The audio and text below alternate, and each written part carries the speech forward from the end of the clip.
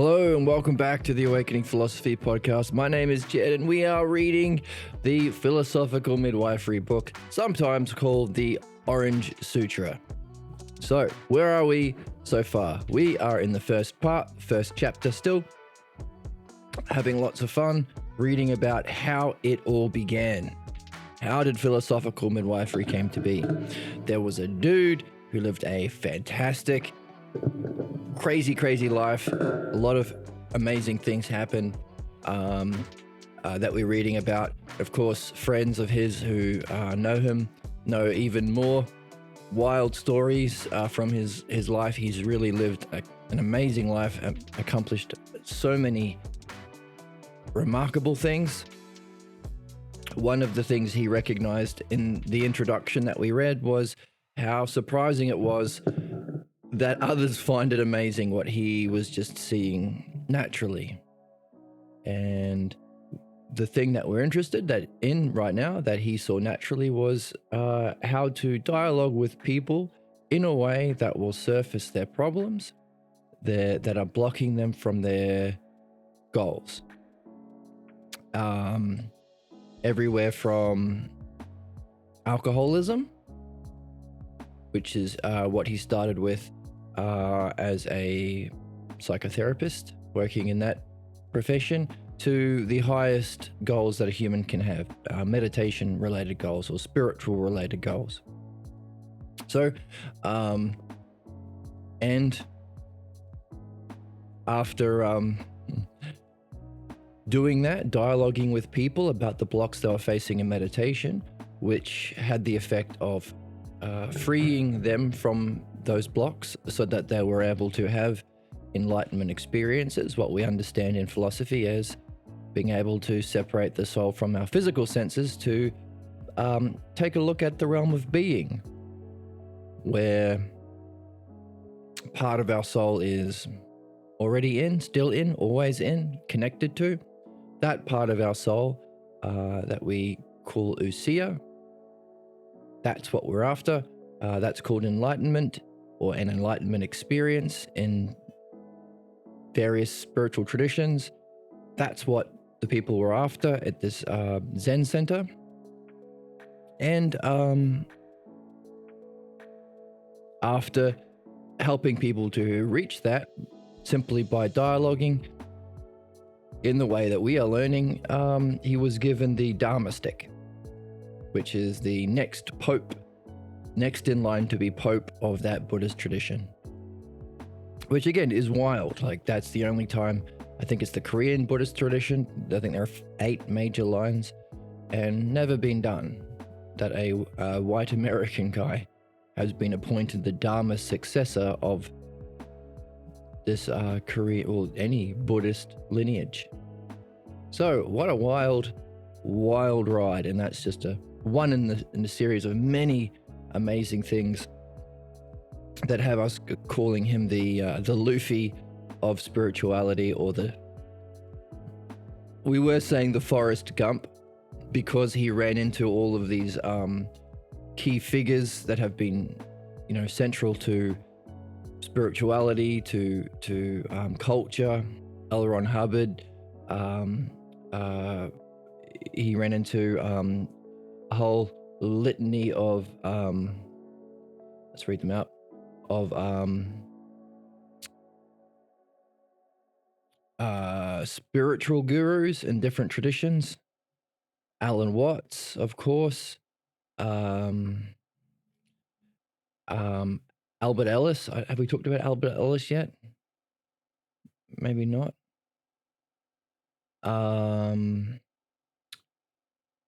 Who else? The Joseph Campbell.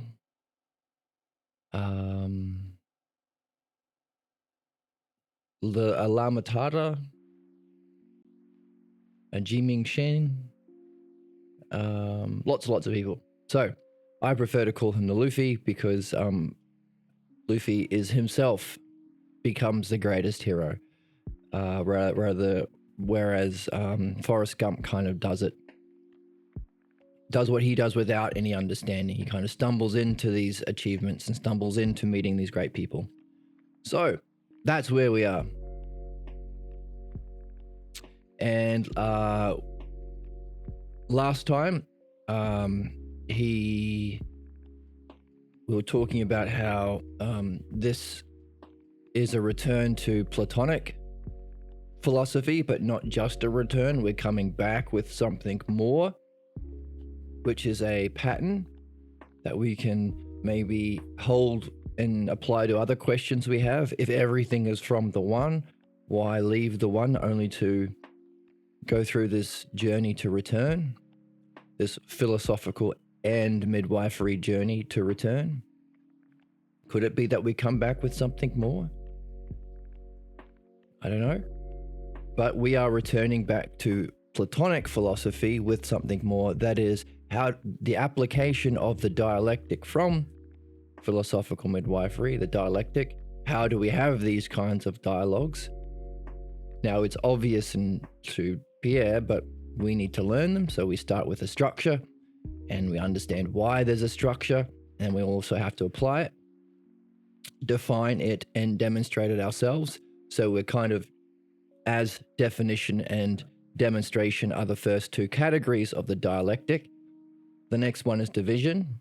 So when we define the dialectic, we practice it or demonstrate it, and then we apply it in lots of different areas.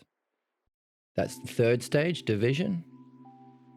We apply it to philosophy, we apply it to midwifery, we apply it to our dreams. And then after going through that, we reflect on it. What can we learn about the dialectic itself? So we are doing a dialectic on dialectic, which is very Usia-like, turning about upon ourselves. So that's what we're doing. And and it was mentioned that because philosophical midwifery is the process of uncovering and removing our blocks, it's essential for any other spiritual tradition. So anything else that you're doing, make sure you're doing midwifery as well. And of course, not only any spiritual tradition, any other goals that you have. We could apply it to our lesser goals. We have a series where we're learning music. You could apply it to that. If you have a block to learning music, make sure you apply philosophical midwifery to those blocks.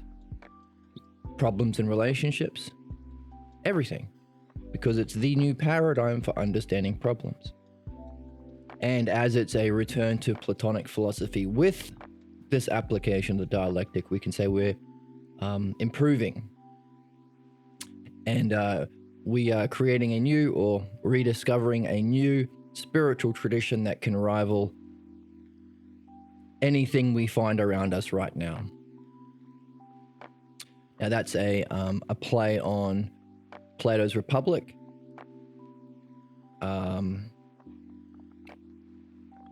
Or it might be the Alcibiades. Anyway, Plato talks about how the kind of giving birth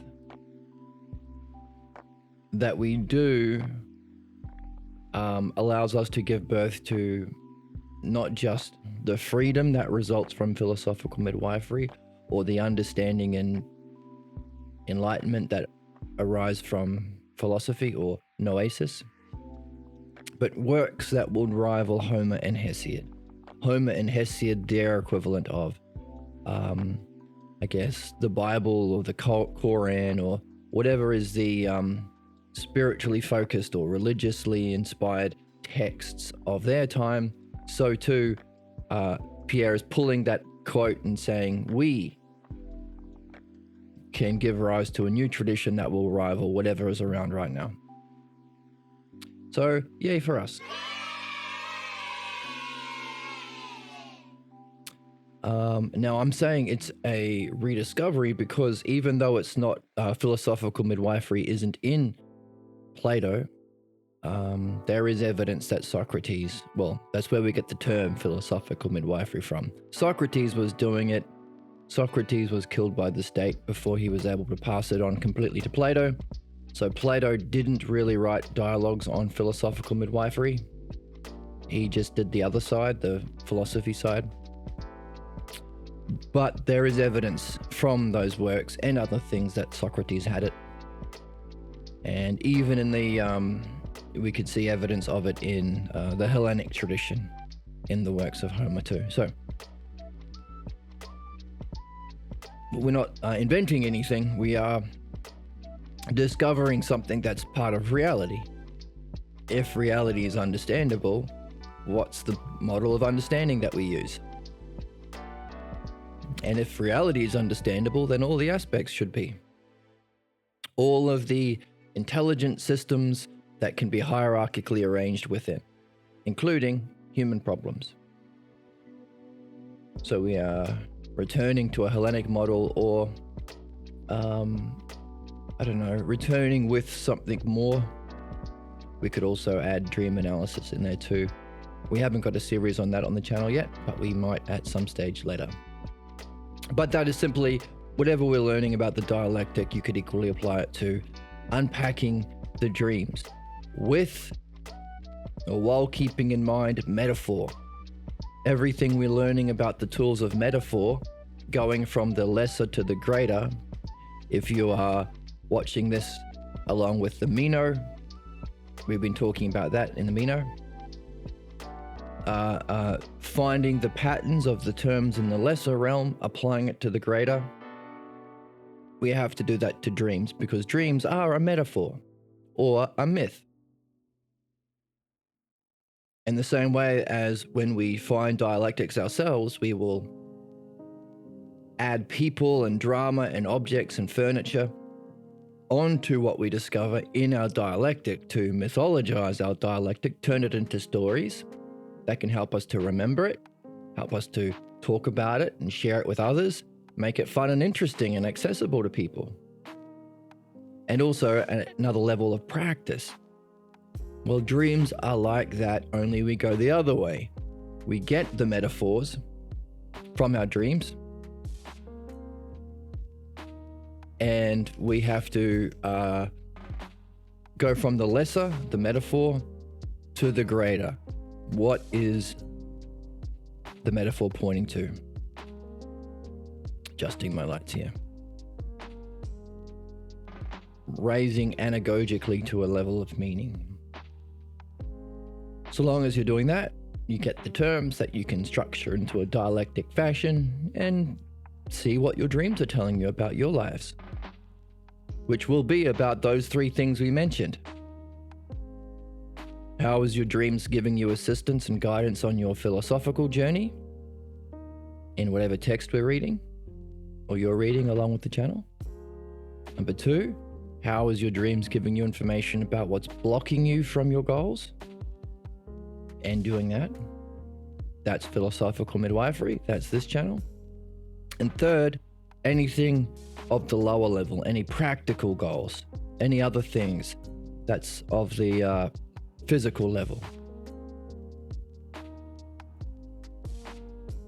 How are you doing with that in terms of your goals or your blocks? So those two things apply to the practical level of things. Relationships, goals, work, those sorts of things. So, where we are in the text, let's jump in.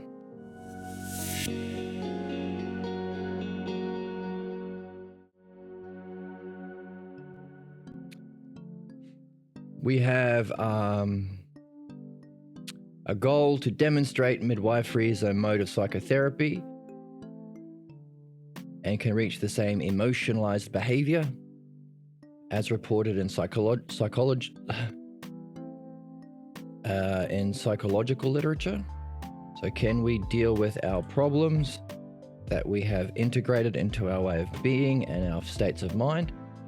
The same thing that psychological literature is aiming to address. And can we realize that can we reconcile it with Plato's thought? That's the dialectic. The validation study and how it differs from the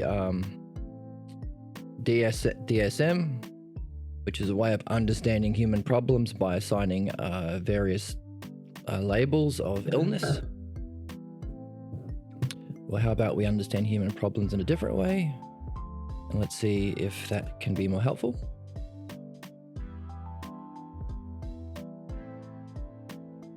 And if this way of understanding human problems purely rationally can be empirically verified. We had the computer program. Last time we had chatted looking for if there are any remnants of 2 Artemis found on the web.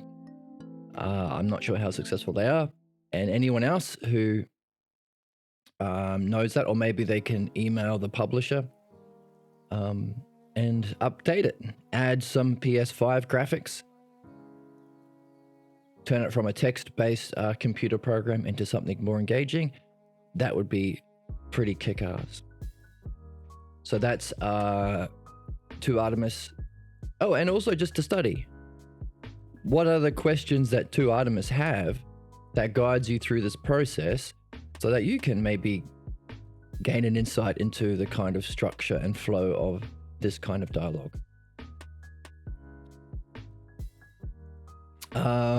It was hoped that if people who do engage in this not only benefit for themselves, but go on to become midwives also.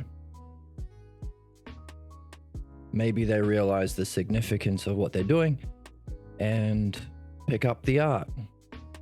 Hopefully, there are people watching here who are doing that. What? Who are doing it not just so they can benefit, but also they might want to have the art. And maybe they have been watching along with the Phaedo, where Socrates says, hey, by the way, mastering the art of the logos and the dialectic, that's kind of what we're here for. It's kind of your ticket into the next levels of reincarnation. So, another way of saying that is become a philosophical midwife, or daemon like.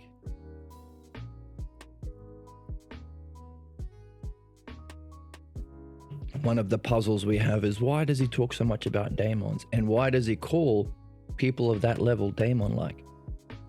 At the time of the recording, in Mindy Mandel's All About Platonism YouTube channel, we're reading the start of book 8. And last week it was at the end of book 7. And he talks about people who have completed the process that's outlined in the Republic for how to become a philosopher king.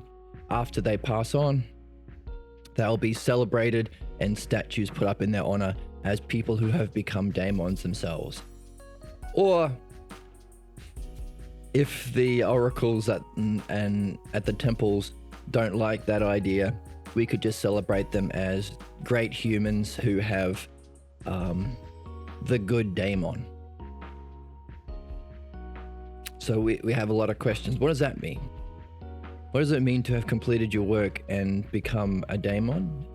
Like, how literal is that? Thumbs up. And also, what's that got to do with being a good daemon?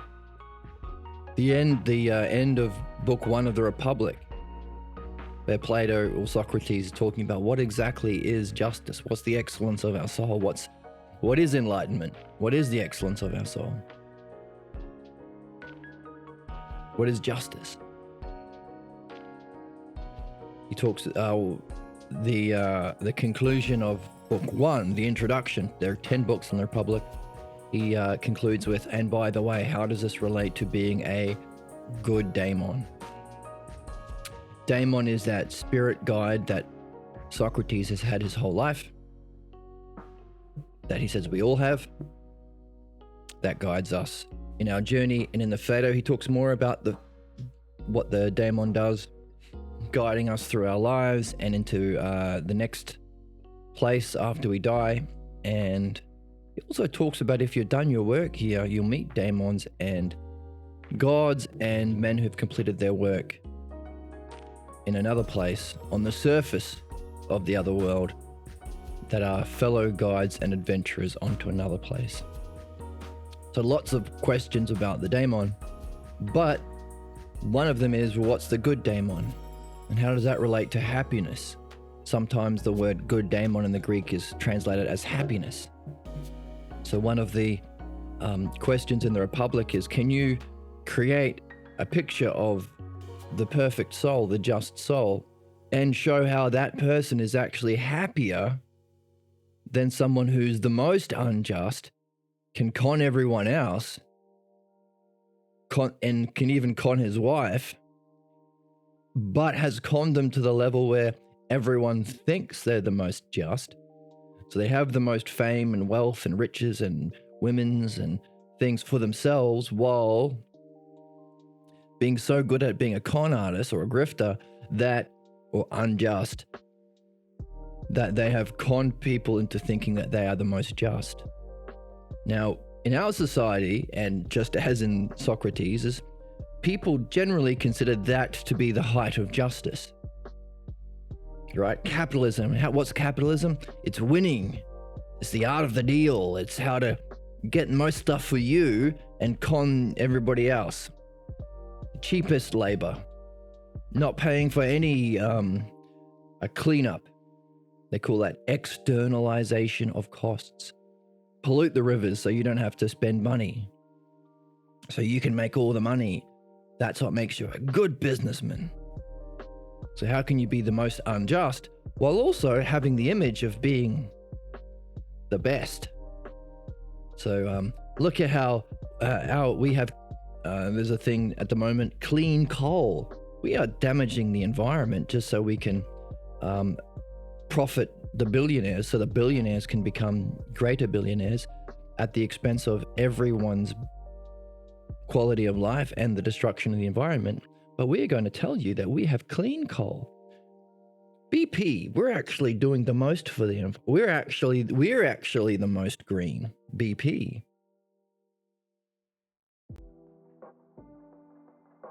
Right? And they own the media companies, so they lie to people and stuff. That's something we need to address.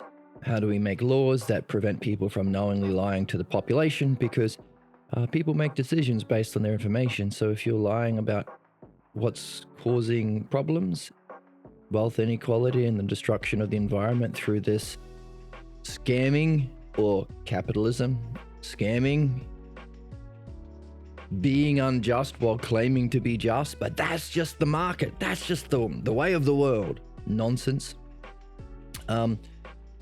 If we're not telling the truth about that, how can we actually solve problems? Now, that's true for society, but it's also true for our souls. So the people who've approached Pierre and what we're reading here are people who are genuinely interested in the truth. And in these talks, these midwife talks, they also have to be honest. So we can see there are some conditions for this kind of work. Are you just pretending to be honest, or are you actually being honest? Because if you're not going to do the work. You're not going to actually discover what you're here to discover and remove your blocks. So, as we discover things about the soul, we can apply it from the greater down to the lesser. What's the lesser? What's of lesser importance and of lesser permanence than your soul? Society. Society isn't going to last forever.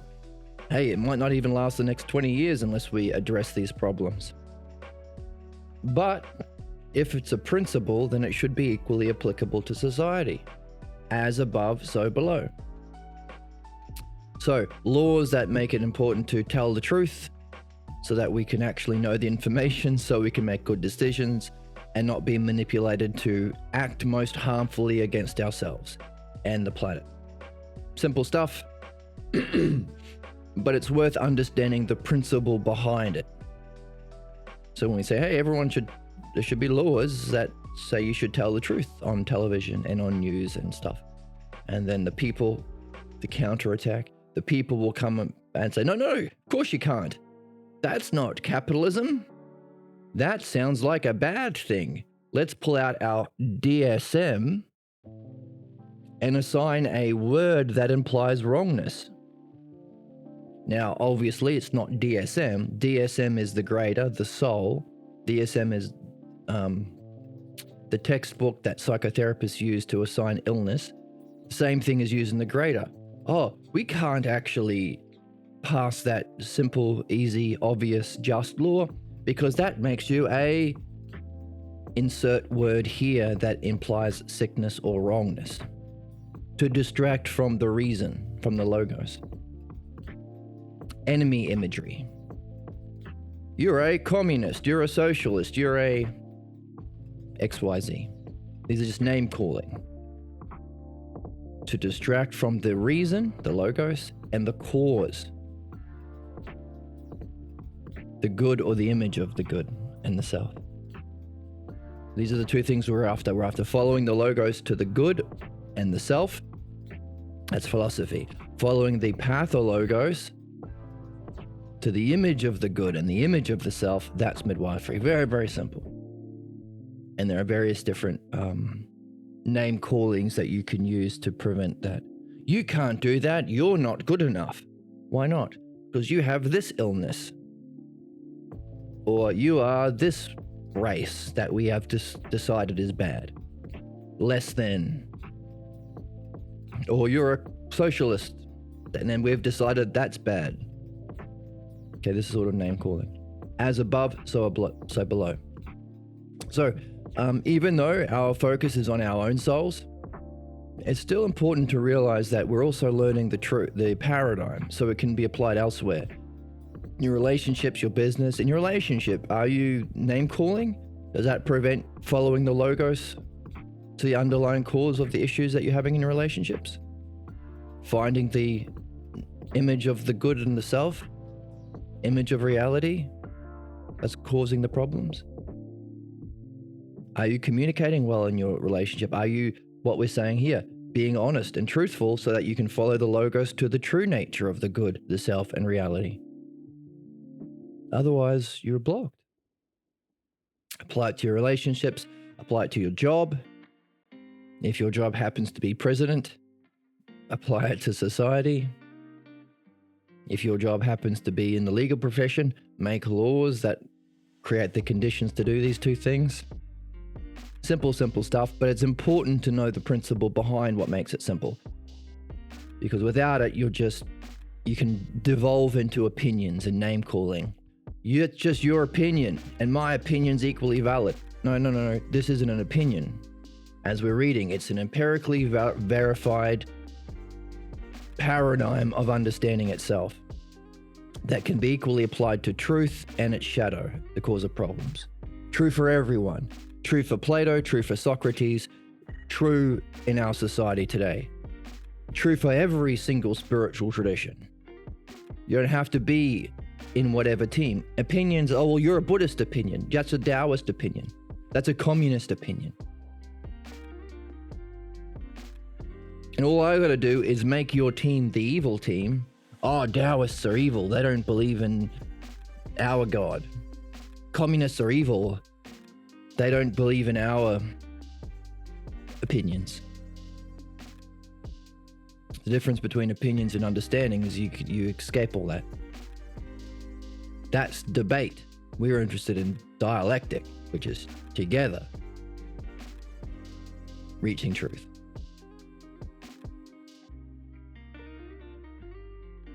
So when the people say, oh no, you can't solve problems in society, you can't solve problems in your relationships, or for us here, you can't solve problems within your soul and your life, because this is my opinion that you can't. We said, well, actually, we're not interested in opinions. Here are the principles behind the truth. Principles. Now, in philosophy, we want to look at the principles directly in the realm of being. If they're principles, they have to have an existence in the realm of being. In other words, for there to be principles that apply equally to all physical time and space, they have to have an existence before time and space. That's metaphysics, before the physical world of time and space, or the realm of being, or ousia. Now, in philosophy, that's pretty much only that's the subject of philosophy. The dialectic is applied to the realm of being in all its different aspects. Now, to get there, we start with the physical world, like the Republic we're talking about today. What is the best way of living? Is it being the greatest con artist and conning even the gods and even your wife, while having the appearance of being the most just? Does that make you happy? Or how about the opposite? To be the most just, but to be thought of as the most unjust. So it's the worst case scenario. That's the Republic. What makes you happier? What's best for your soul? So he starts there. Which one is best? But in order to say that, he's using that as an analogy to say, this is the realm of being. This is the kind of soul that can reach the true realm of being. And if that's what's on the table, then the question is, does being able to access the truth and maybe escape the cycle of reincarnation, is that better than any physical money and wealth you might have in this particular lifetime from being a con artist? So that's philosophy. Focus on the realm of being. Using the lesser realm, the physical realm, where we start looking through our physical senses, is kind of all we know at the beginning. Using that to get information to jump up. Now, similar thing with this. We have examples within our physical world of our problems that give us information metaphorically about the cause. What are we carrying that's the cause of our problems? That's midwifery. Now, we know that also because Pierre has been applying this to spiritual goals in meditation. That's why he got the Dharma stick, the next Pope of Buddhism. And that's not physical. That's just spiritual. That's just of the soul. But famously, it's said that you can't escape your problems. Even if you renounce the physical world, you will still have the same problems cropping up in your fantasies and distractions and tangents you have in your mind while you sit on a mat for 50 years, while you sit under the waterfall for 50 years, in the forest with the bears. So, this is why we need midwifery, whatever we're doing. Yeah, so honesty. So there are certain conditions for this game, and as somebody who's been doing this for a long time myself, very important to have people who are genuinely interested in truth. And it can be difficult. Hopefully that's what we're cultivating with this community here. People who are genuinely interested in being honest about what they're struggling with, being honest about the thoughts and states of mind that come up so that they can honestly get to the cause, and creating an environment and a culture where we can encourage that honesty and openness, which is a struggle for a lot of people and in a lot of groups. Especially as soon as you hit your level, when you hit your level of understanding where your block is, that's when all the problems crop up. So all of the things we have been talking about with enemy images, debating against opinions, and putting people into groups and then saying your group is wrong, ganging up, in-group, out-group mentality, all that stuff has the potential to come up as soon as you hit your block, which is why it's so important to have the principles. What do we do when we're doing midwifery and our blocks come up? Do we pile on? Do we gang up? Do we assign groups? Do we play out our pathologos in a negative way? Or do we hold true to the principles? Very, very important. That's the principle behind the laws. So at the moment in society, a lot of the rich people and the politicians are breaking the laws and getting away with it, and everyone is not happy about that. And of course, the news organizations are not telling the truth about that, so we're not addressing it collectively. But the outrage is the laws are to provide a principle. No one is above the law. Just because you're rich doesn't mean you get to exploit people and break the law. So, same thing with principles. That's the lesser version of principles themselves. And if you're in the Republic, you'll see a lot of talk about laws. And the question is, how does that relate to the logos? So, honesty, and a culture of honesty and support. It's no use being honest if you think people around you are going to use that honesty to play their old pathologos games. Which is what? DSM. Simple. What's that? Oh, you've got this problem. I'm going to use that to justify assigning a negative image and label to you, name calling, that makes you a bad or wrong or evil or an enemy image, to justify me being my pathologos to you.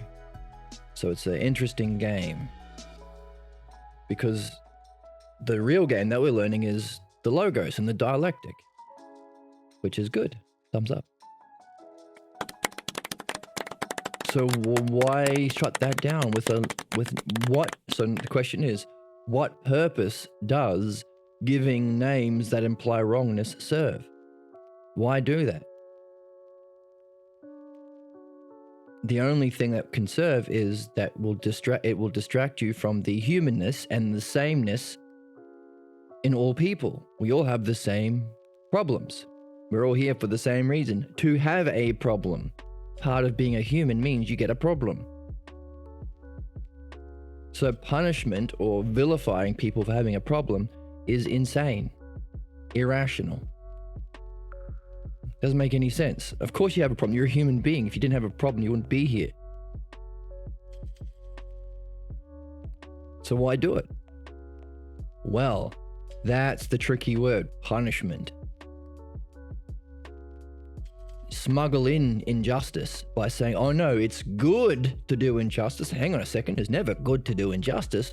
Those things are opposites, good and injustice. Yes, but what if I make him better? Or what if the principle of reality says it's good to do harm to people who I consider an enemy? Why is that good? Of course it's not. The only good is the further addiction to your pathologos. Or the other that's the desire. I want to find people who I can call bad so I can beat them up and feel like a hero. Hooray! I'm Die Hard. I'm the Terminator. I terminated the bad guys. Punch, punch, punch, punch, punch. Right? Or, oh, actually, that's good because I made them better. I taught them a lesson. That's punishment. Make someone feel bad and make them suffer, because that helps them learn. Learn what? Learn your style of injustice. So that's the reason to justify enemy images and vilifying people. What's the reason? Punishment. What's the reason by punishment? The nonsense argument, the irrational argument is, oh, it actually makes them better through teaching them a lesson. Not true. Obviously, it doesn't work. Inconsistent. Because what actually teaches people? This. And this assigning enemy images is the exact opposite of this. So they're incompatible. What's the real motivation? Boo for that. What's the real motivation? Addiction to your own pathologos. Passing on the same injustice that was done to you. And sometimes it gives people a temporary alleviation from being the one being beaten up in their own mind to beat up other people. I'm the bully finally. Right. Really important to see. There are lots of crises based on this at the moment. A lot of people in charge politically who were beaten up, or their culture was beaten up, and now they are the ones doing the beating up. We were genocided against in our past. What if we do the genocide? Or, a smaller example, mass shootings are commonplace every week or something in America. There's a mass shooting in a school. People who were bullied get a sense of alleviation from that by being the bully themselves. no different than everything else in our society, based on assigning an enemy image and then following it up with anything that's anti-logos. Punishment, suffering, fines, chastising.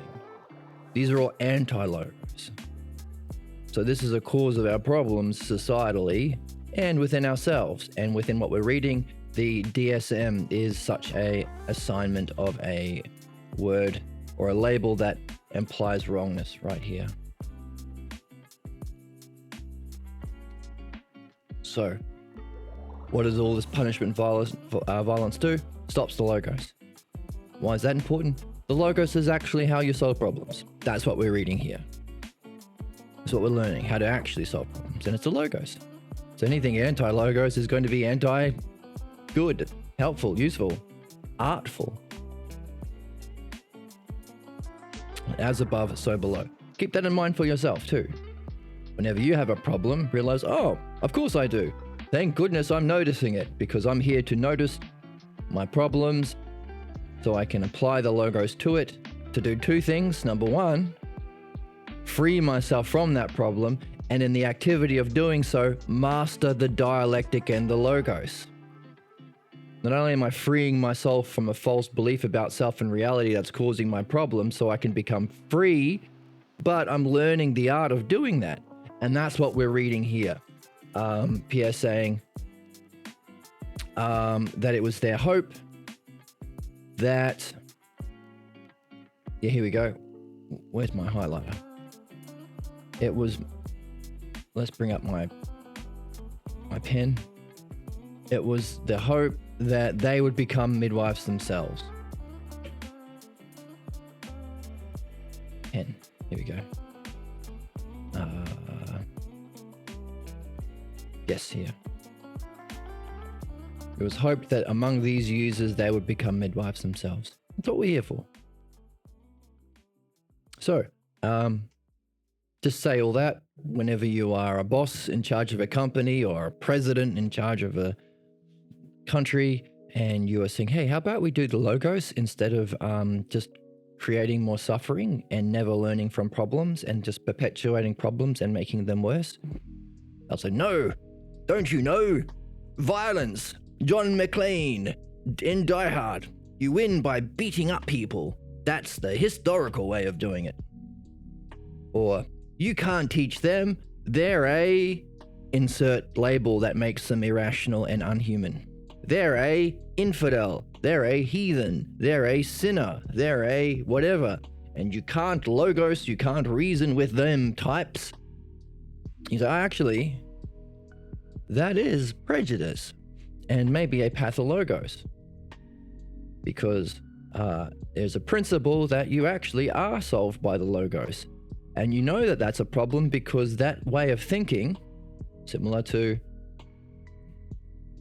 DSM, is anti-logos. It shuts down the logos. It stops you from beginning the work before you've even started. You can't help those people. Why? Because I say so. Did you come to that conclusion through the logos yourself? No. Then where'd you get it from? Imitation. Oh.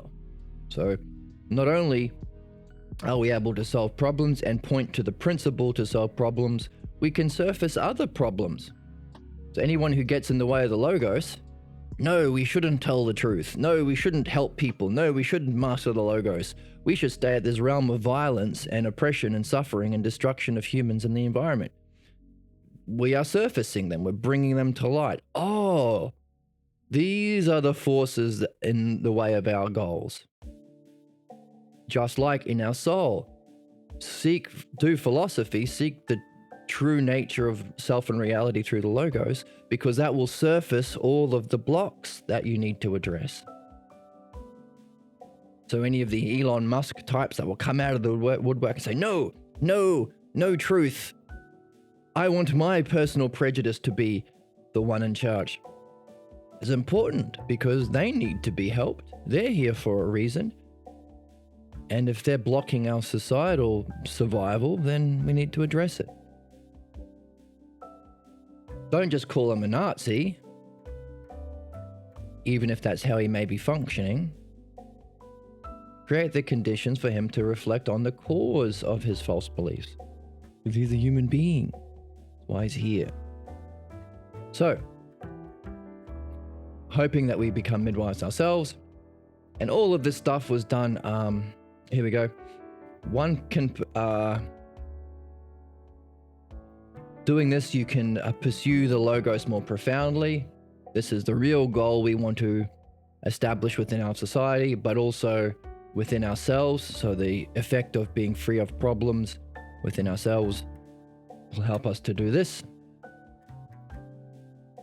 And you can part of a, so if you still want to be traditional, you can say, well, this is an even deeper tradition. Platonic thought, which has a kinship with other traditions and philosophies that have enlightenment as their goal. It's not just about enslaving people. It isn't about enslaving people, but some religions and philosophies like capitalism are. But we have a kinship with those who actually seek enlightenment. Whoops. So as a result, software programs, workshops, and retreats, but you have to discuss this doctrine in greater depth. That's this book here. He had an intuitive approach for doing this. It was obvious to him after having gone through all this spiritual training and philosophical training and teaching and study and various amazing things he did in his life. Let's put it into words. Is It All Relative book? That's on our reading list. I really recommend this book, especially for those new to philosophy. If you've got some friends or family members who are new to philosophy, get this book, Is It All Relative? It's a great starter.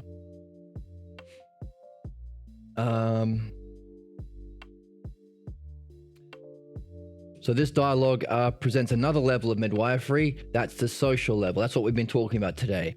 As above, so below. The above is our soul, but the below is our society. So Is It All Relative points to the social fictions. Like, there is no truth. Everything is just relative to your own opinion. These can prevent our, these insidious influences undermines the belief in our ability to reach truth about ourselves and the reality we participate in. So Is It All Relative is one of those social fictions. There is no truth. It's all relative to opinions.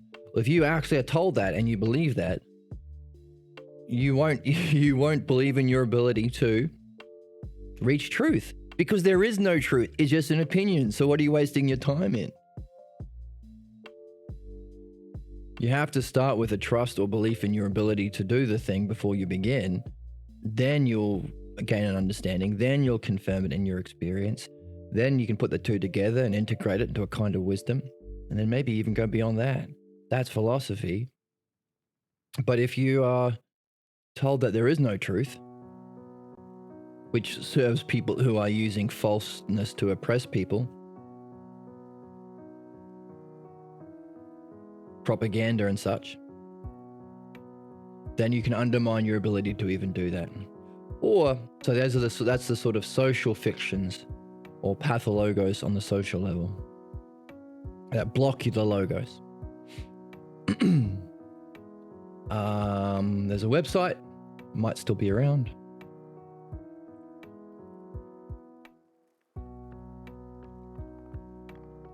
We can post challenging ideas, essays, videotapes. Now, I'm not sure how that website's doing, but we have a Discord community where we do all that, and we encourage people to do all that.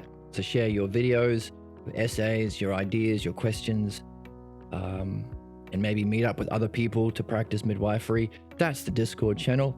There should be a link below. You're well welcome to join that. So this is the new age. So how do we define the new age we're moving into? We're moving out of a kind of social and fiction and individual false beliefs that are traditional, that may have served an evolutionary benefit. Don't think for yourself when we don't have the ability to think as cavemen.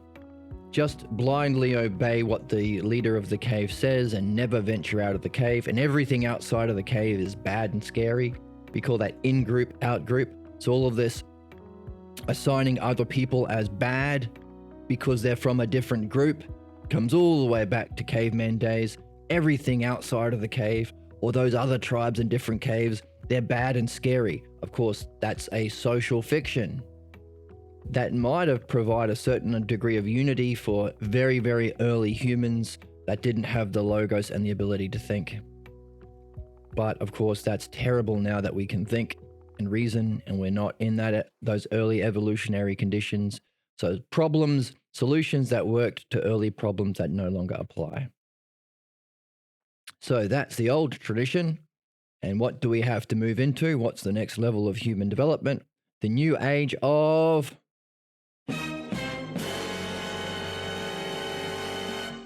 dialogue.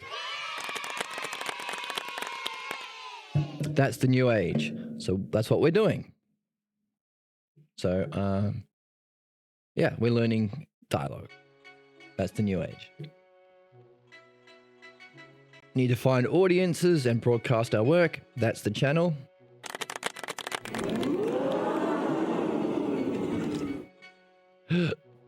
And people will benefit from it. I hope they do. People seem to be benefiting. And it exceeds our expectations, so we can say the web opened a way for us to begin a dialogue with the world. Yay, that's what we're doing here. Wow. Wow. Wow. Wow. And the web offers us an opportunity to use silly sound drops while we engage in dialogue. Wow. Wow. Wow. But hey, I don't want to eat a monkey. I don't want to eat a In no time before now have we been able to discuss the new age of human development, the rediscovery of our golden age, what we need to solve problems, how to understand enlightenment simply, how to apply that understanding of enlightenment as principles to our everyday world to solve societal problems. No age has been able to do all of that while also dropping a soundbite of Joe Rogan saying he doesn't want to eat a monkey until now. I don't want to eat a monkey. I don't want to eat a monkey. I don't want to eat a monkey. I don't want to eat a monkey. So in one way we could say this new age is a new age of dialogue, but another way we could say it's a new age of I don't want to eat a monkey. I don't want to eat a monkey. I don't want to eat a monkey. I don't want to eat a monkey. I don't want to eat a monkey. That's what the web has opened a new way for us to dialogue with the world. We can talk about these simple, important, meaningful, impactful, beneficial things, and also do this. I don't want to eat a monkey. I don't want to eat a monkey. Isn't that amazing, the world that we live I don't in? want to eat a monkey. I don't want to eat a monkey. I don't want to eat a monkey. And when someone comes along and undermines your ability to participate in any of this, then we can do this sound drop. He didn't know what solipsism was. He didn't. People who gatekeep enlightenment or gatekeep understanding problems by saying you have to know all these big words. Have you read Brand at all? Have you read Nagel? What about Scanlon? Have you read Scanlon or Scruton or Edmund Burke? Have you read C.S. Lewis? Have you read The Lion, the Witch, and the Wardrobe? Have you read Immanuel Kant? So you know Pflicht. So those sorts of things. So a new age of I don't want to eat a I don't want monkey, to eat a monkey. or a new age of dialogue with the world about this new or rediscovered and improved tradition of understanding. All right. He didn't know what solipsism was. but hey, I don't want to eat a monkey. I don't want to eat a monkey.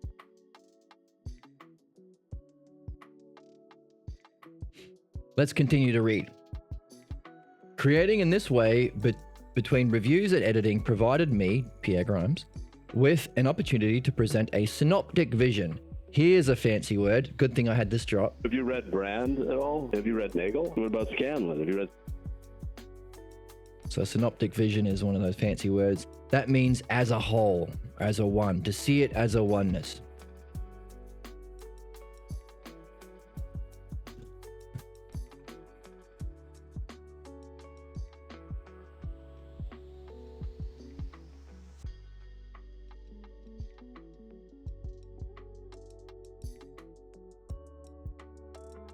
looking it up now, and these definitions are bad. From the same point of view, no. Oh.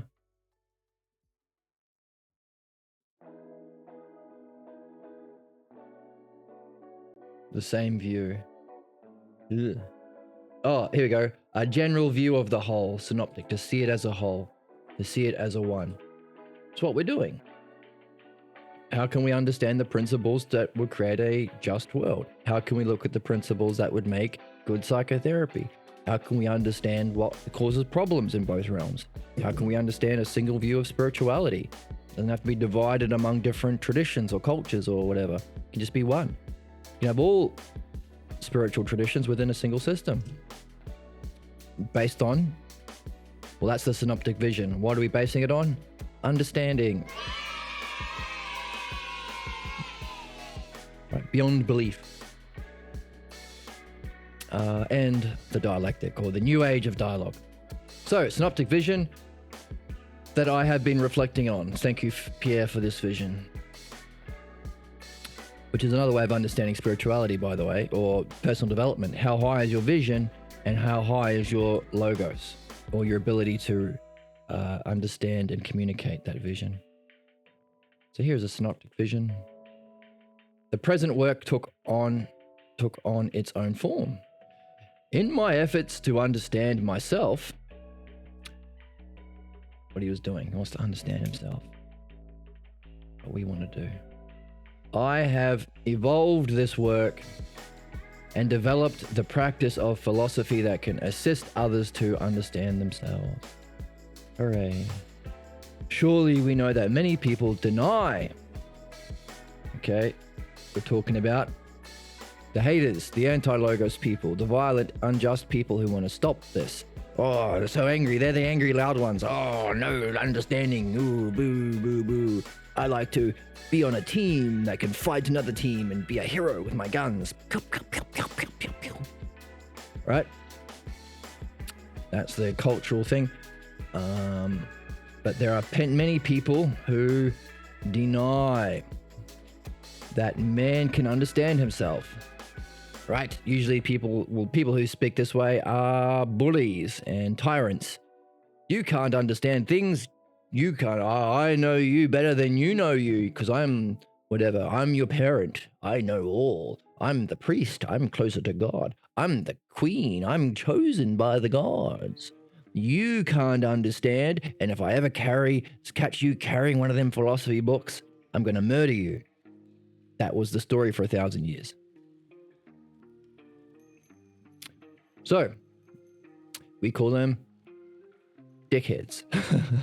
And we call them people infected with a severe pathologos that haven't been given the conditions in their development and in their society to force their reflection upon themselves to realize they are being dickheads.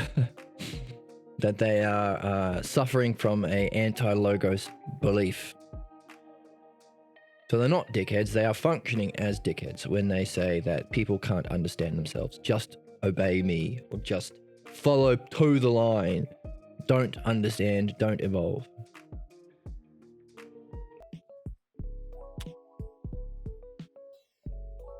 So surely we know many people deny that man can understand himself.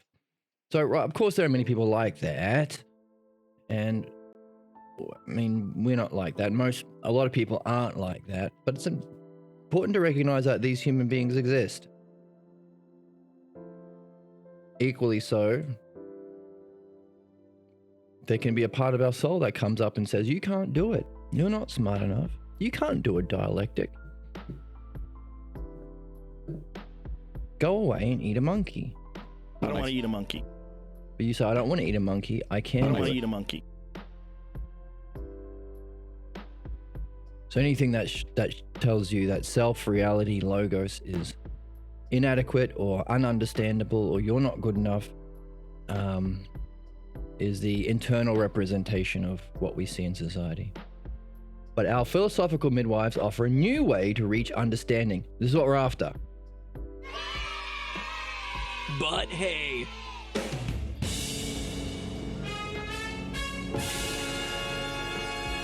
Let's use a different color. A new way of understanding. New way to reach understanding. That's why we're here, folks. That's why we're on this channel doing this thing that can overcome such doubts. So not only is it a new way of understanding that they may not even be aware of, probably aren't aware of, but it can overcome the doubts of those people and however that's expressed within ourselves. We can overcome those doubts.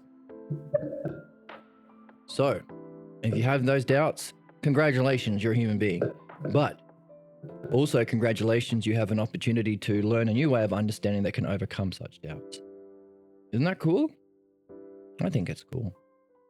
We are aware that it is commonly argued that man cannot understand himself. Okay, this is their shtick. It's commonly argued man cannot understand himself. Why? Because it's thought that understanding itself is too weak for the task of understanding the self. Right?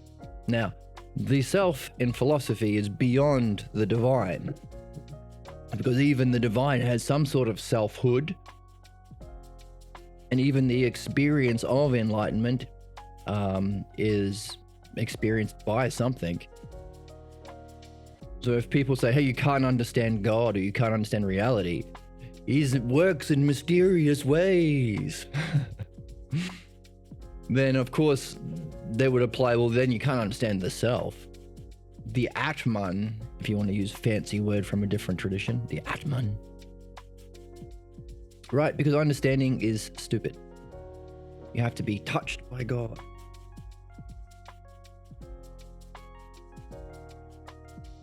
Crazy. Because even if you are being touched by some inspiration, then can it be understood? Of course it can.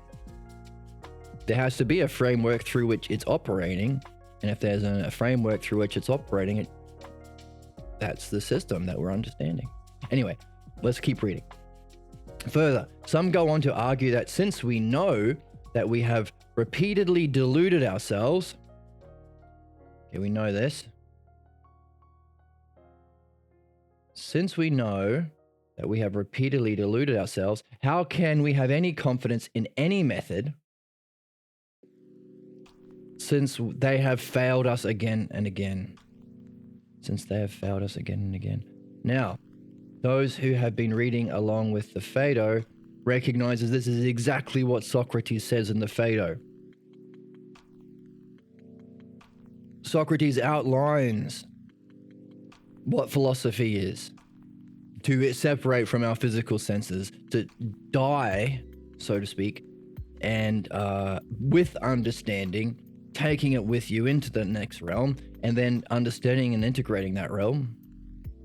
That's philosophy. That's why we do the dialectic. And therefore, for that to be true, our soul has to be immortal. Reality has to be understandable. And we are part of a process of reincarnation that is evolving or developing. Purification and perfection are our two jobs. So he shows the reasoning for that. He uses the dialectic to communicate that with his friends. And he says, well, okay, you guys, this is in the Phaedo, he's in prison. You guys are with me, and there are only, 13 people there? I mean, it's Socrates, you maybe want there to be more, but anyway, that's how small his circle was.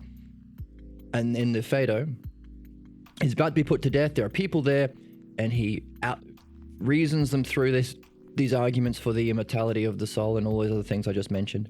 He goes, hey, you can't just trust me. So the thing that these other people who reject understanding say, just trust me, bro. Just trust me, bro. Just believe me, bro. Look at this old book I found somewhere. Trust me, bro. He just said, you can't do that. Because someone will come along with an argument that sounds probable or sounds familiar to your own societal or upbringing beliefs, and they'll trick you, and you'll be conned, and people will con you, especially people who are your close friends and family members who you're supposed to trust, who you're told you are supposed to trust. You'll get conned again and again, and then after that, you will have no confidence in the logos, in any method of understanding, because you've been conned again and again by such people, because you were trusting them. You didn't, but Socrates goes on, but really the fault was you. You didn't have, or not you, your lack of the ability, your lack of mastery of the art of the logos and dialectic. To be able to judge who is trustworthy, to be able to judge, no, not who is trustworthy, but also that, he mentions that, but importantly, what arguments are worth trusting in.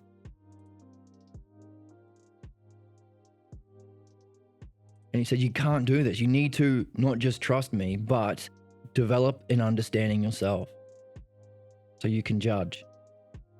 Otherwise, he calls this the greatest defect of the soul. If you have no confidence in understanding at all, you're all out at sea now. You're screwed. And you won't be able to reach being and truth. You have to use the logos, understanding, dialectic to reach being and truth.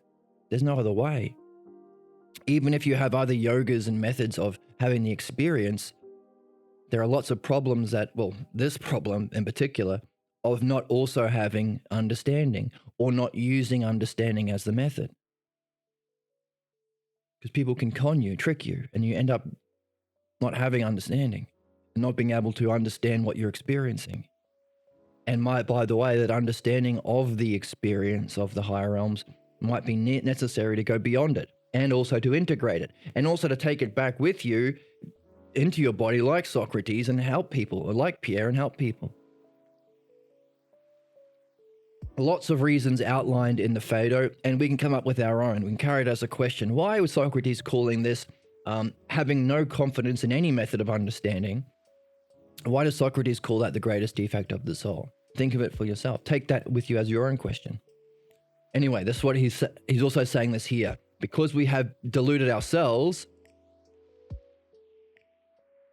and Socrates would add also by others, how can we have any confidence in any method of understanding since we've been tricked, since they've failed again and again? Okay, interesting similarity with what we're reading in the Phaedo. Our predicament is fundamental to our nature, the argument goes. Oh, okay, here's the crappy arguments. Let's get a crappy color.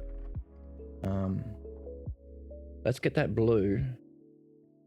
Let's see if we can make it a bit dirty.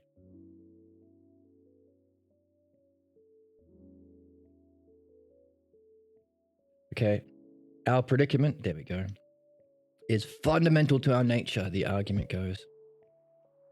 Because it is not possible to determine whether or not one has understood oneself.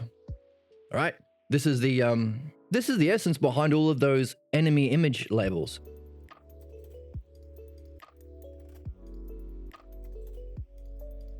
You can't reason with that group or person or type of person with that type of diagnosis or illness assigned to them, because it's fundamental to their nature. They are just evil. They are just sinners. They are just sick. They are just genetically whatever. Right? We're going beyond that. Enemy image. By the way, those familiar with nonviolent communication, developed by Dr. Marshall Rosenberg, he understands this as well. This was the essence behind what he discovered. He actually was a psychotherapist. He said, a bit of an aside, but some people are interested in nonviolent communication. Some people found it as a doorway into philosophy. Could call it maybe philosophy light. It's a good maybe starter, introduction, taster of philosophy, nonviolent communication. Some people have found it useful.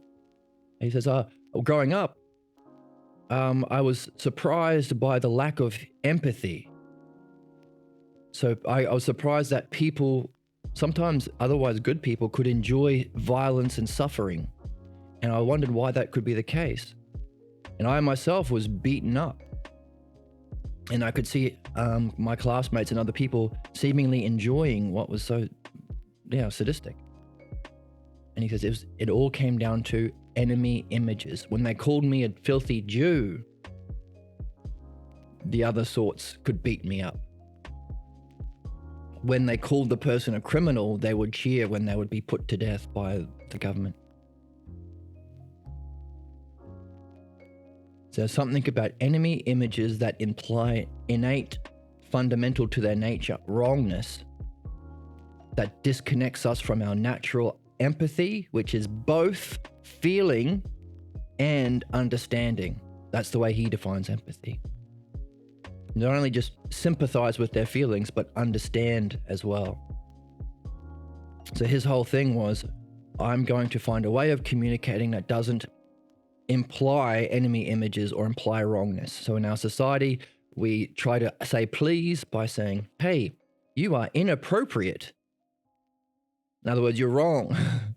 Therefore, repent and do what I say. That joke's inappropriate. I want you to say this joke.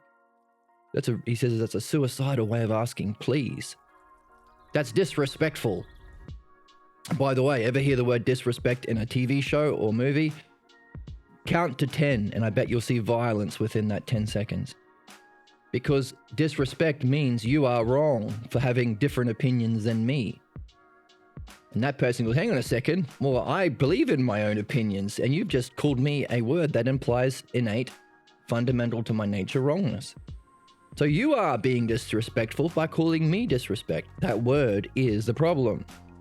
One of the most dangerous words in our English language is disrespect. It is one that just implies wrongness. And also takes your own particular opinions and makes them principles.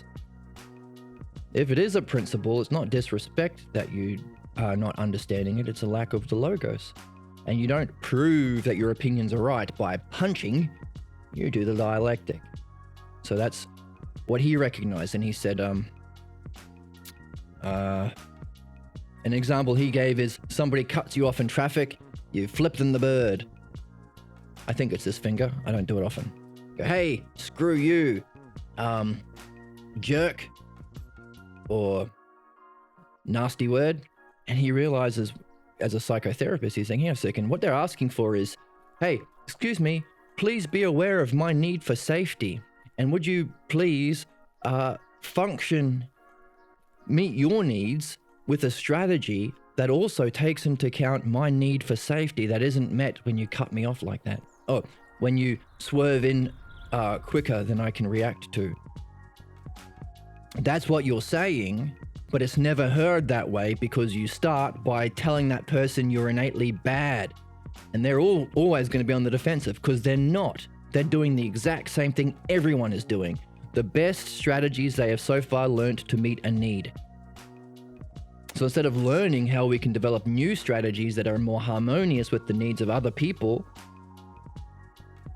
we get attached to our own false strategies and we have to defend them because people who are saying, please evolve, are saying, I'm going to beat you up for being wrong in the first place. So you have to defend yourself.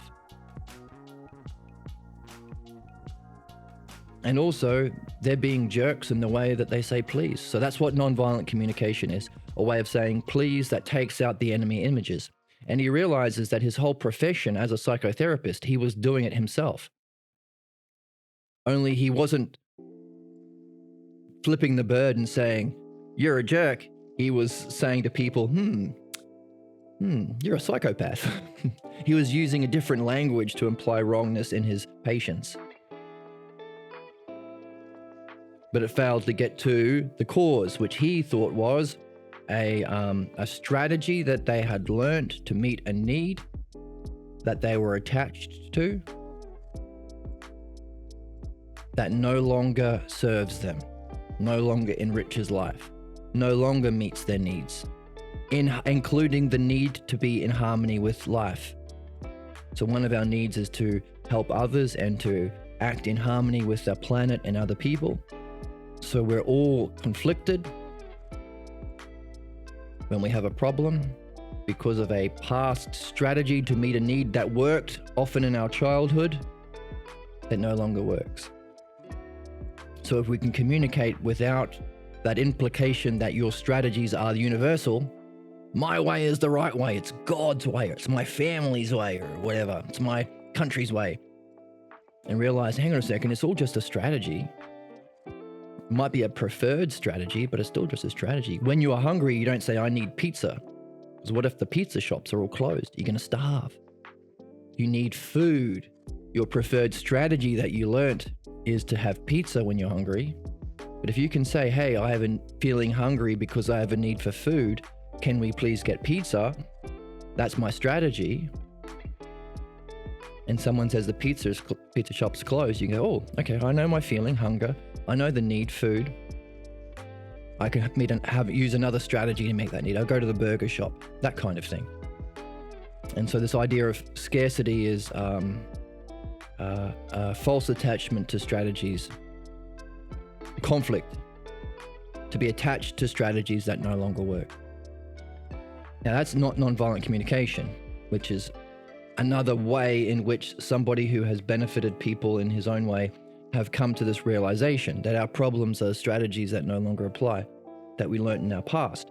And he is saying, hey, don't get stuck on the strategies. Realize it's to meet a greater need that's universal and true for everyone, and change the strategies. So that's midwifery light, because here we're looking at, okay, where did we learn the strategies? Because we might not even know that we're attached to a strategy, number one. Number two, what's the cause for that strategy being believable in the first place? So we're getting to the cause, because it might not be easy to change your mind. And anyone who's done nonviolent communication, although it's well-meaning, say, hey, I've got this strategy, or this strategy that you're using to meet your need for connection by putting people down around you or whatever, is not meeting my need for inclusion and fun. Can you find another way to meet your need for connection? 9 out of 10 times, people are going to say, screw you. Don't you disrespect me, because they don't recognize it themselves as a strategy. That's the pathologos.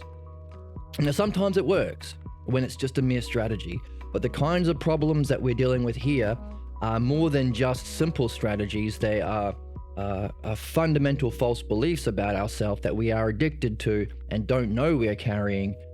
So, as well-meaning as you are, without addressing the cause for learning this strategy, which is a belief that our nature is inadequate to understand the self or to solve problems, unless you address the cause of that, they might never listen. That's what Parmenides said in the Parmenides as well. Parmenides was Socrates' teacher. We have a series on the Parmenides. He says, even if you're talking to... Actually, I've got a quote. Let's bring up the quote.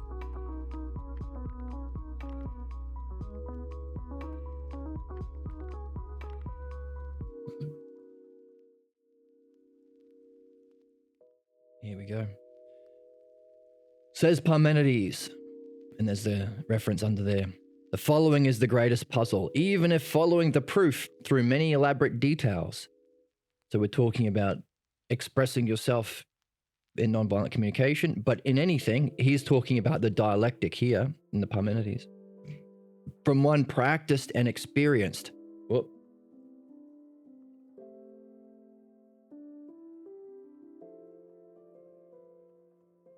Many elaborate details from one practiced and experienced, and with natural talent in the dialectic. Even then, he who contends that the idea selves in being are unknowable may still remain unpersuaded. And that's what we're reading here. If you have this pathologos, this fundamental false belief that understanding is too weak for the task of understanding the self, then you're going to check out. Why even talk about it? You can't understand things. But we have evidence to say otherwise, and we can remove this delusion.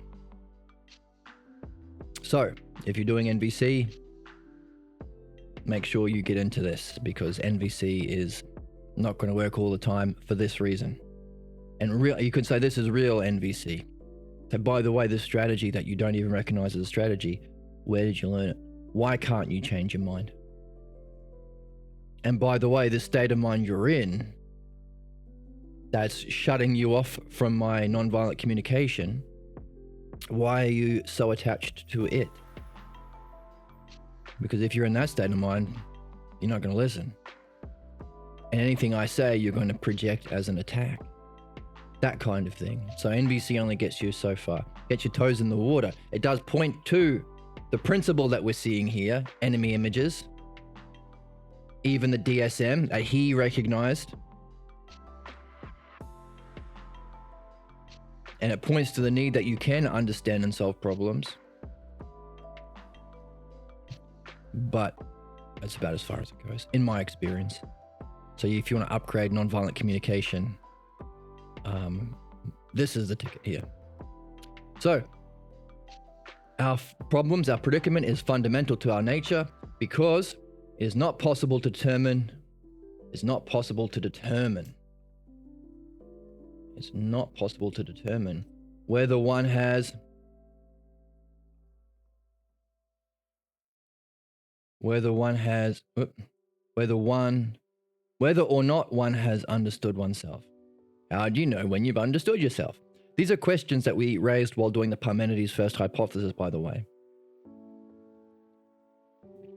If we're understanding the oneself, the first hypothesis is literally the understanding of oneself. But as we go, Parmenides is outlining how to understand oneself and using a dialectic to do it. So giving us the model for how to do it, because Socrates says, hey, in order to solve problems and gain enlightenment or gain understanding of reality, says Socrates as a 19-year-old to Parmenides, you're saying I have to do the dialectic? And Parmenides goes, absolutely you do. This is the quote. Collect yourself, thyself, the self, together by exercising more in that way that appears useless to the multitude, the dialectic, and we're reading why it appears useless to them in the text right now, because you can't understand the self. So we're reading. So that's why they think it's useless. And they call it empty talk. If you do not, while you are still young, the truth will utterly elude you. And then Socrates goes on, well, hang on, that sounds complicated. Can you give me an example of the dialectic? The dialectic is supposed to be about being and the aspects of being. What's beauty itself? What's justice itself? Those sorts of things. But he goes, no. Give me a dialectic on the self. Sneaky little hobbitses. Which is sneaky. So that's the first. He does go on to do the other ones, but the first hypothesis is the oneself.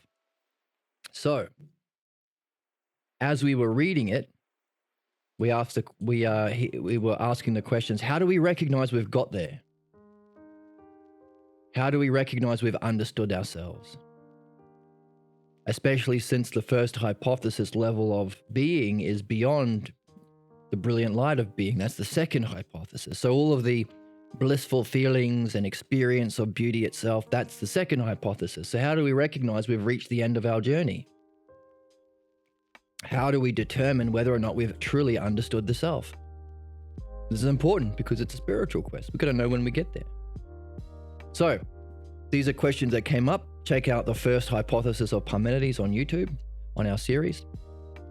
Clearly, what understanding cannot detect, the conclusion goes, it cannot resolve. So, what understanding cannot detect, they say, it cannot resolve. Another way this argument expresses itself is to claim that there is no specific experience of the self. Oh, that's what we're talking about. We just said, isn't that cool?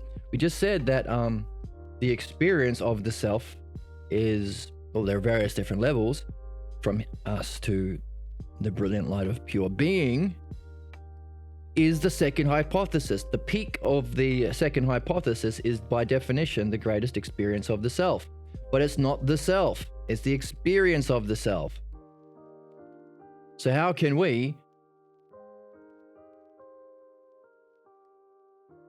know the self, which is the whole point, if the one self is beyond experience and in some way beyond understanding, but in some way not, because the whole first hypothesis is the understanding of the self. Okay, if there is no specific experience, so the argument goes, any claim that one can know the self is an empty claim. Look at that. Interesting. The whole culture, the Hellenic culture, was know thyself.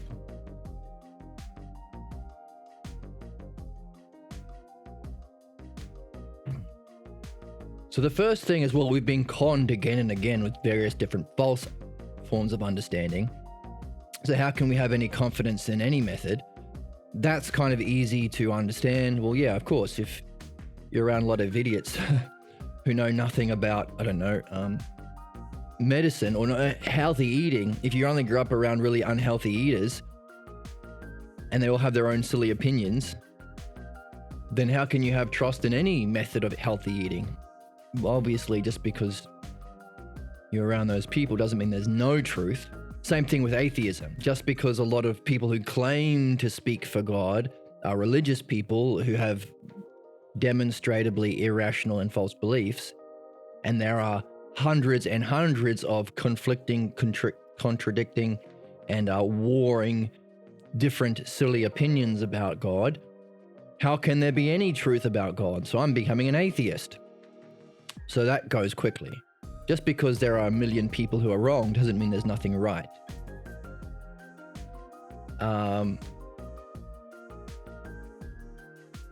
So the importance of going beyond faith, which is by definition a belief that is not provable. You can't prove whether Mary was a virgin, or disproven. It is disprovable that the world is 5,000 years like some fundamentalist Christians believe. So it's irrational. It's an absurd kind of belief. You can go beyond belief to trusting the logos, and then beyond that to understanding, beyond that to verification, beyond that to the greatest experience and integration of that. And now our question is, well, what's beyond that? Because even that last stage up that ladder seems to be beyond experience. That's the first hypothesis. Therefore, how do you know you've reached the self?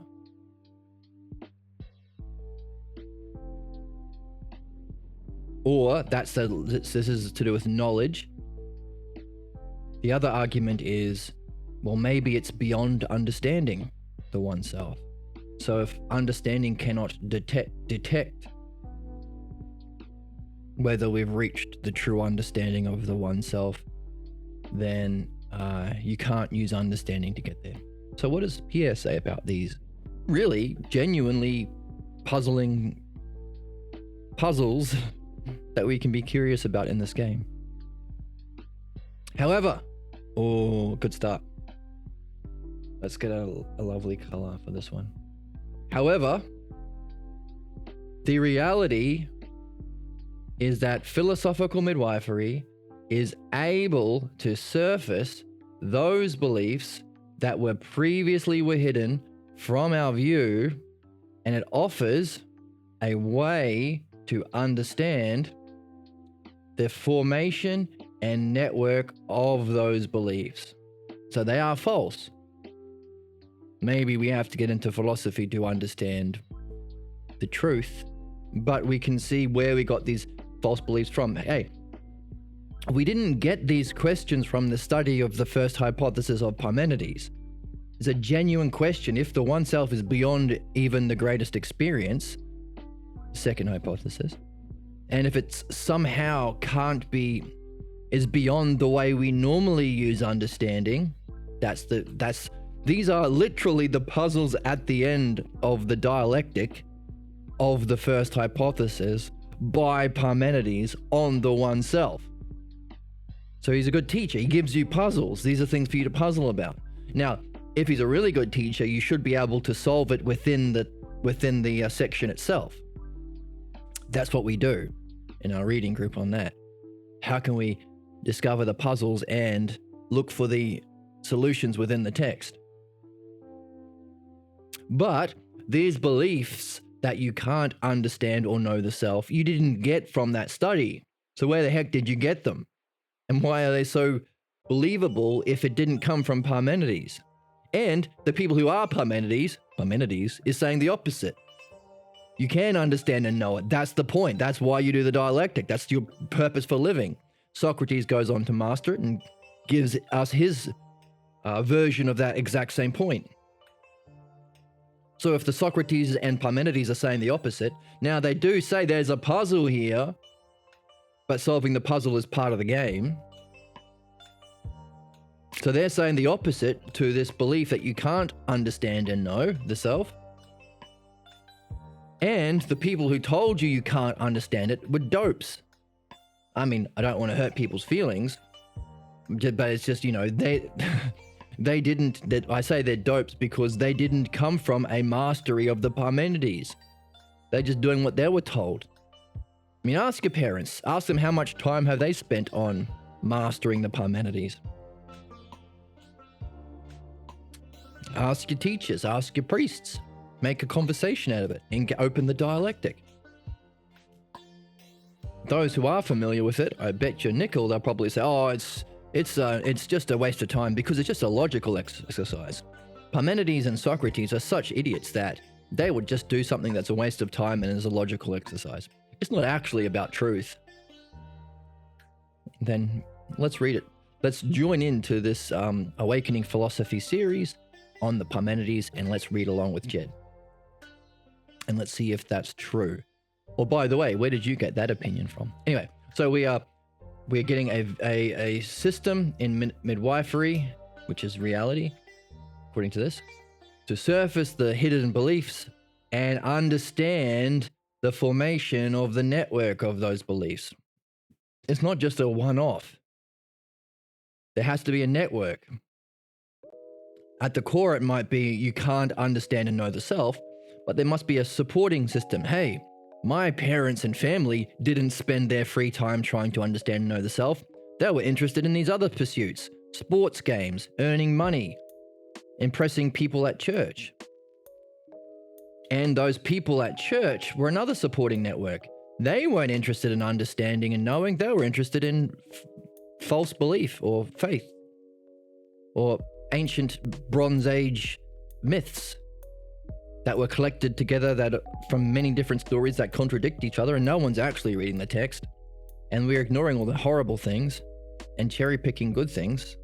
So if they lacked such intellectual credibility and integrity in how they read or don't read, and they're not even reading the original Greek, then for them to exist, it must be true, this core thing that you can't understand and know. Otherwise, they'd be interested in understanding or knowing, and not just cherry picking bits and pieces that are horribly mistranslated from a history of mistranslation and oppression to support their own opinions. And then I go up the street to this other church or a slightly different denomination or the exact same denomination, and this preacher has different opinions that are his own, that he uses the text to selectively pick and choose from. For that to be the case in this supporting network, it has to be true that there's no understanding and not knowing. Otherwise, they'd all be doing the same thing, understanding, and they'd all be verifying their understanding in the same experience, knowing. But so there's their supporting networks. And for there to be such churches that are allowed to exist, some people make the claim that's child abuse to tell children that you can't know and you have to believe them, and the people that you believe are just the people who wear the fancy hats or the dresses. And they have these terrible, terrible views about different things like women, or some people are evil and have to be murdered, and that's okay because our book says so. That's objectively bad. for a society to allow that to exist, the society must also be a supporting network around that. Otherwise, the society will say, hey, no, you can't take the most vulnerable people in our society, children, and use the fear of being tortured and burnt alive for eternity, hell, to tell them false beliefs that they are sinners or they are bad, or because they're a woman, they are the cause of sin and should feel guilty their whole lives, or that they have no agency because they are God's objects and their feelings are wrong if they feel something wrong with the church's teachings. You can't have that society unless you believe that there is no understanding and knowing. Otherwise, the only spiritual organizations or religious, you wouldn't have religious organizations really, because that's based on belief. You'd have spiritual organizations, which might start at belief, but only to prepare you for understanding. And if they're rejecting understanding, you just have to believe and don't think for yourself, just believe, then you have to have a belief that there is no understanding. Otherwise, society wouldn't allow it. And all the various harm that results from that way of indoctrinating people.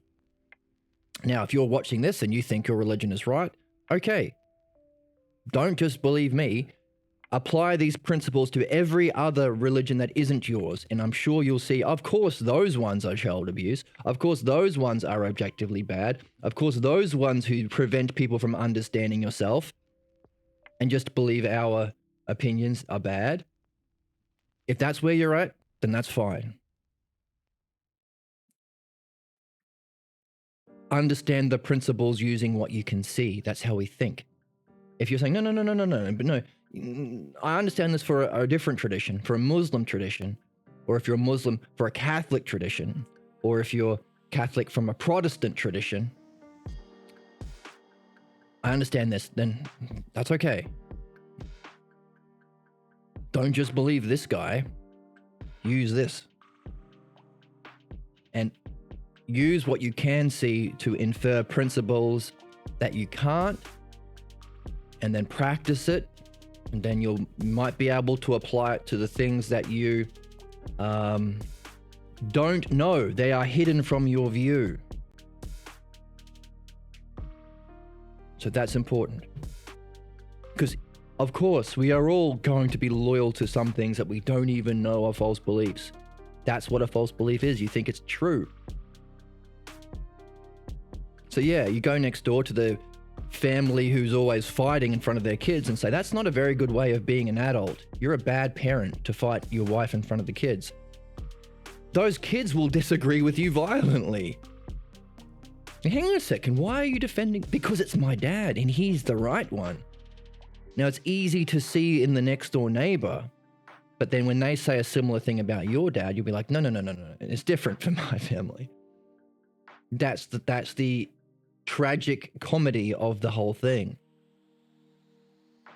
That you can't see your own hidden beliefs because they're hidden.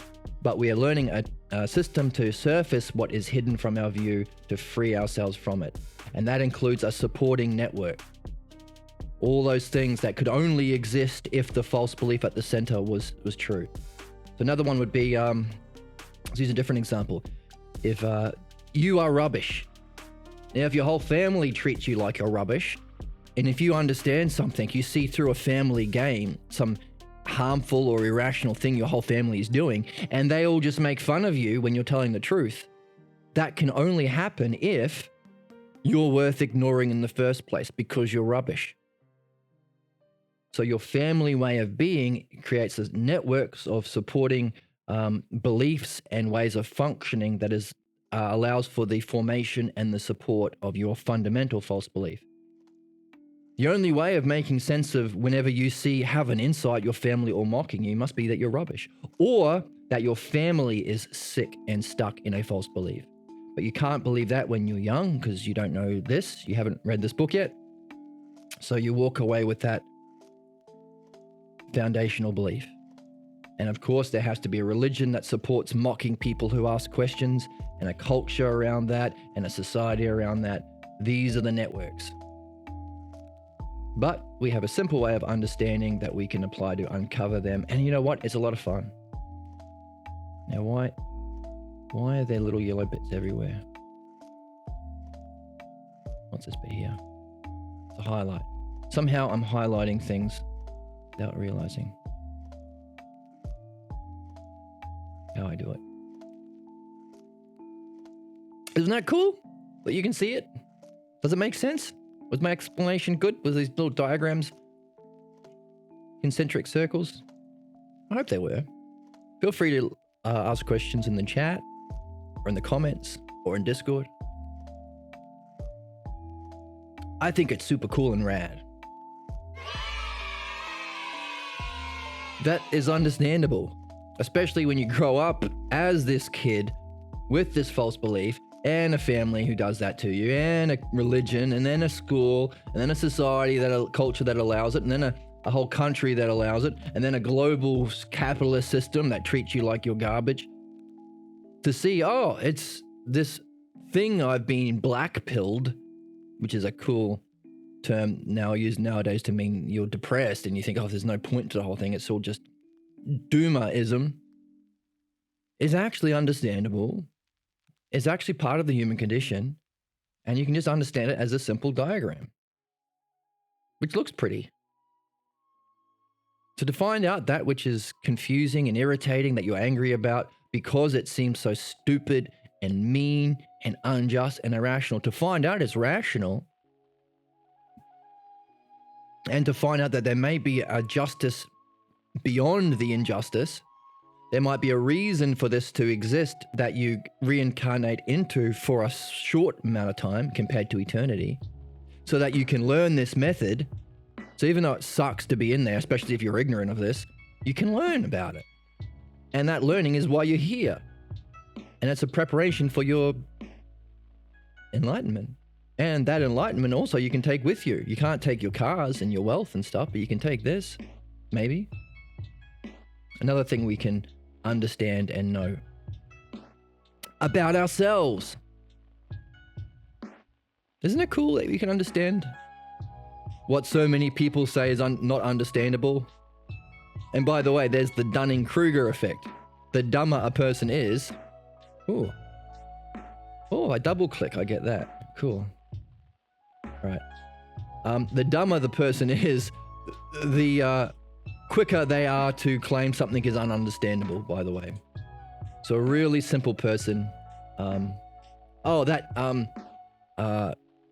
meme from that band with the two clowns.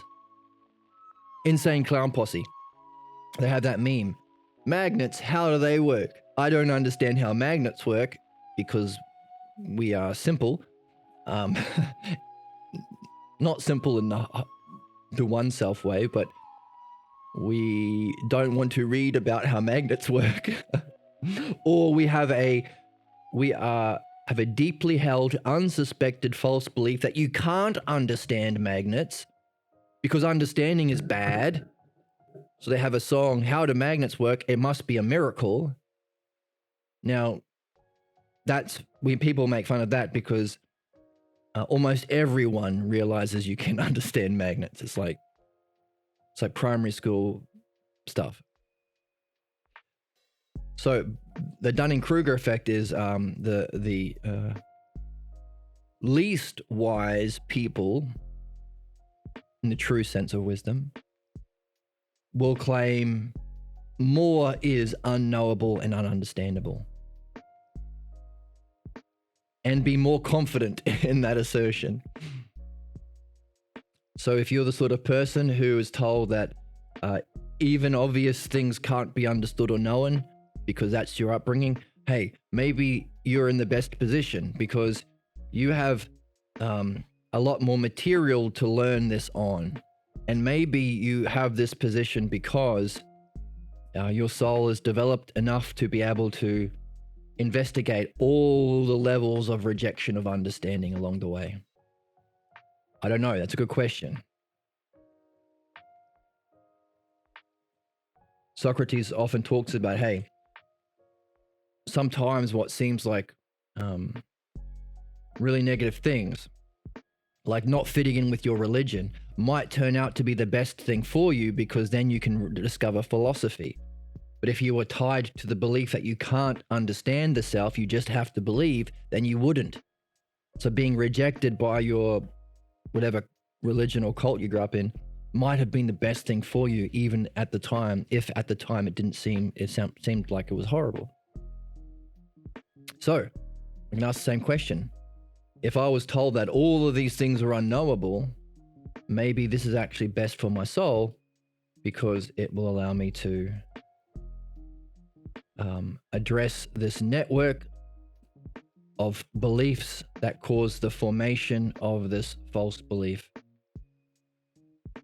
Anyway, it is interesting to know that you can chart a map of people who think certain things are ununderstandable, and you have you can't understand magnets down here. Then you can't understand. I don't know what's another one that's a bit silly.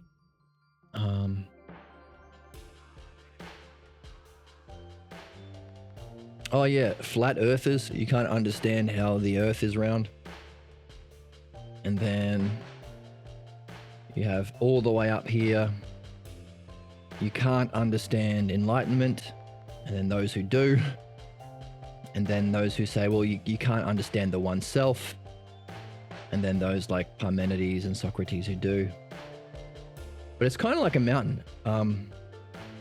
The air is thinner up here, but it's interesting. You could plot the development of all people based on at what point do they reject logos, because the logos is understanding, but it's also has to exist in reality for it to be the principle of understanding. So it's also a knowable reality. So logos applies to knowing and understanding. So at what point do they reject the logos? Which is interesting too, because we were talking about what are the conditions for midwifery. You have to have people who are genuinely, good faith. You have to have the conditions for honesty. If you're in a situation full of like jackals, when they're like going to jump on you whenever you make a mistake, so they can apply an enemy image, so they can play out their problem and feel that sadistic pleasure of not being the victim of bullying, but I'm bullying someone else, then maybe it's not a safe space to do midwifery. So we want to create the conditions and the principles to create a safe space on this channel, which is important to recognize when it doesn't happen.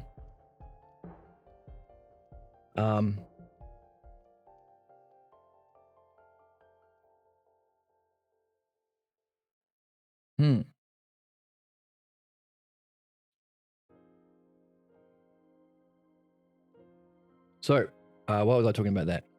I lost my train of thought. I was thinking about times in which I was in that situation, and it distracted me for a moment. So,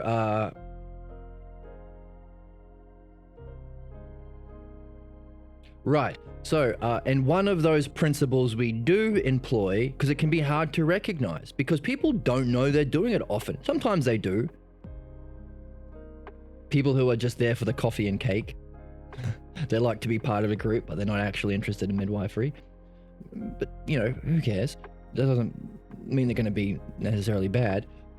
But some people don't know that they are acting against the principles and conditions for midwifery. So what do you have to do? How can you have a metric or standard to determine when people may be unknowingly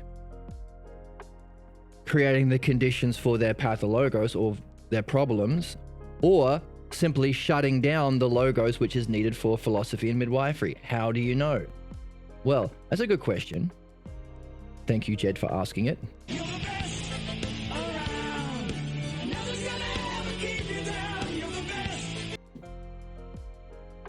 I'm the best for asking that question. That's a song we play because it's from the Rocky films, Rocky Balboa, and the translations that we read is the Balboa translations. So that's how come we use that sound drop. Well, one strategy would be, using what we just saw, at what point do they shut down the logos?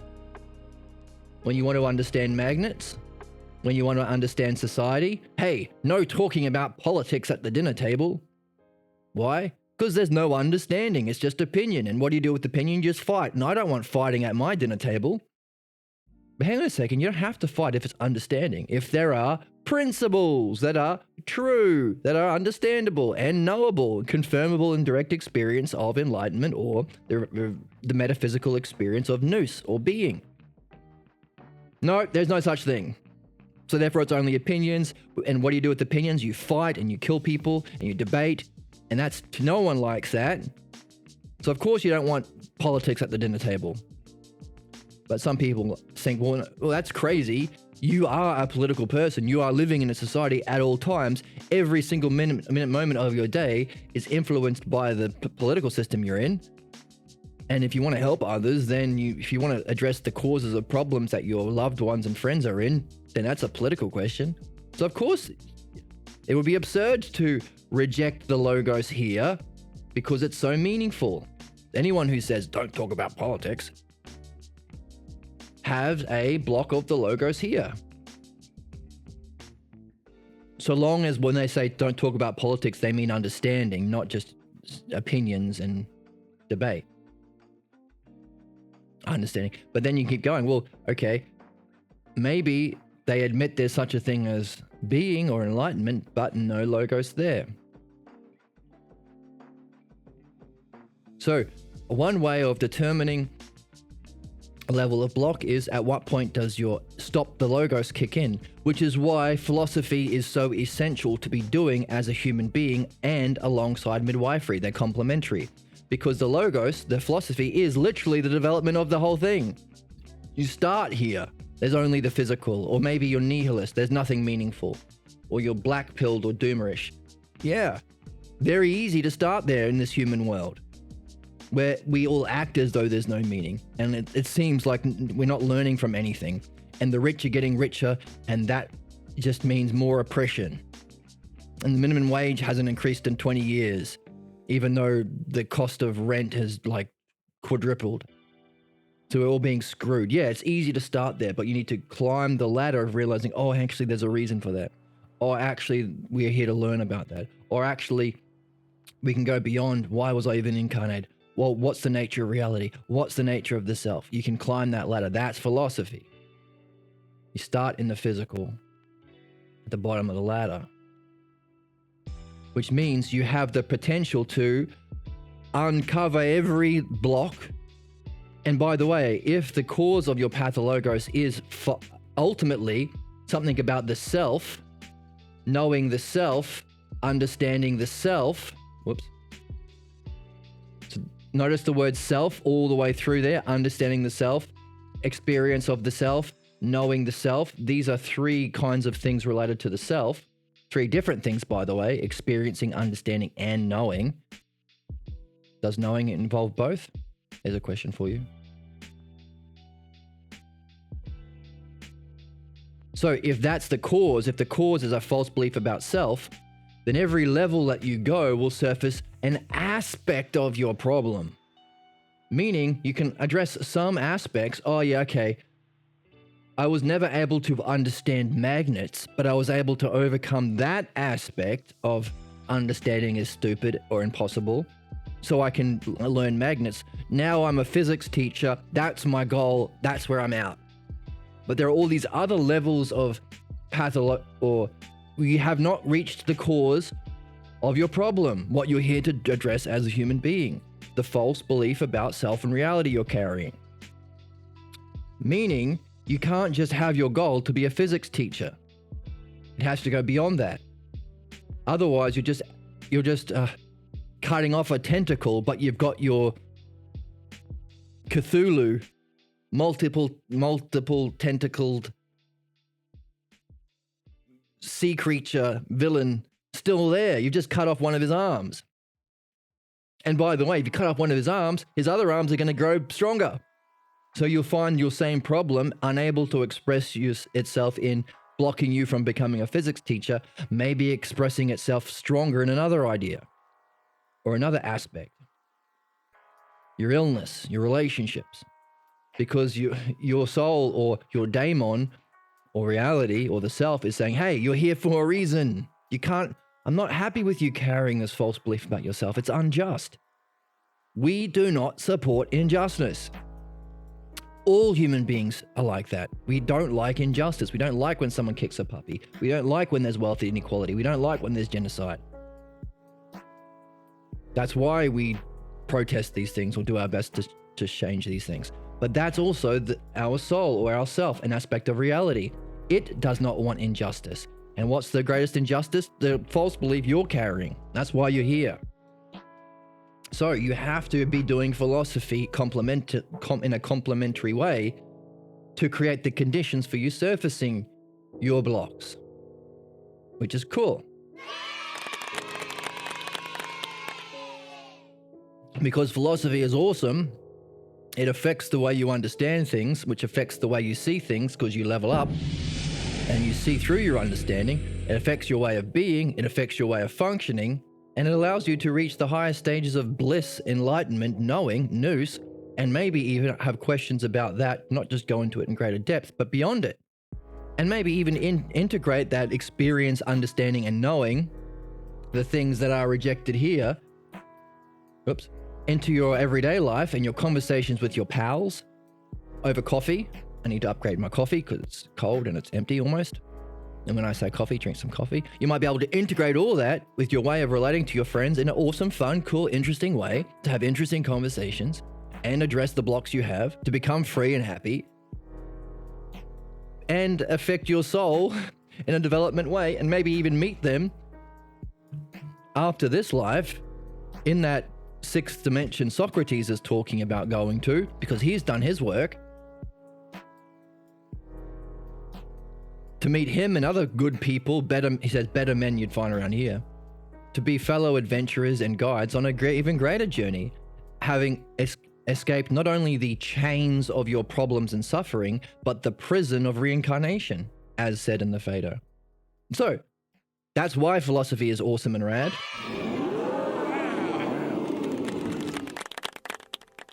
And hearing that even if we aren't into philosophy, we need to be doing it in order to give us the conditions to surface the nature of our problem, because a problem is a block of the logos. That's kind of the definition of the problem. We have another reason to play this awesomest, coolest, funnest, raddest game in town, and most beneficial, sometimes called the noblest game. So we have another reason to do the awesomest thing of philosophy. Hooray.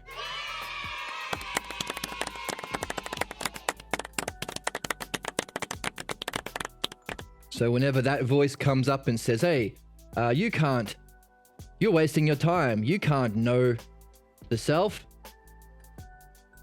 You can't understand the self. Any understanding of the self is actually a delusion, because look at all of the times you thought you were understanding with these false beliefs that were tricking you. Therefore, there is no way of overcoming doubts and understanding the self. Anytime that voice comes along, also it says you can't experience the self in the highest way, and you can't integrate into knowing. Anytime it comes up, you can say, well, no, we've got this little picture here. Actually, let's draw it on the board. There's a good counter to any time a block comes up. Here we go.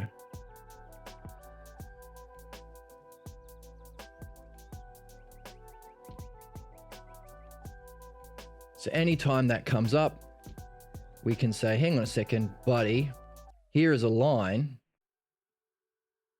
and at every stage on that line,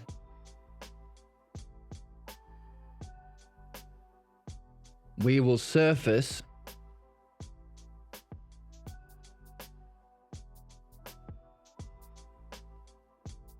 so this is the logos or philosophy, taking you to the self and reality.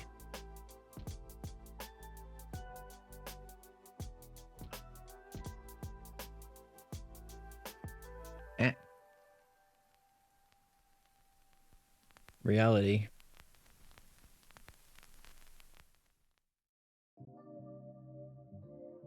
So anytime that, so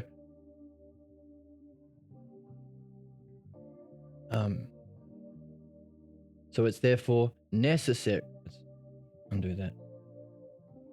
22 was my. So it's necessary to play philosophy with Jed on this channel to surface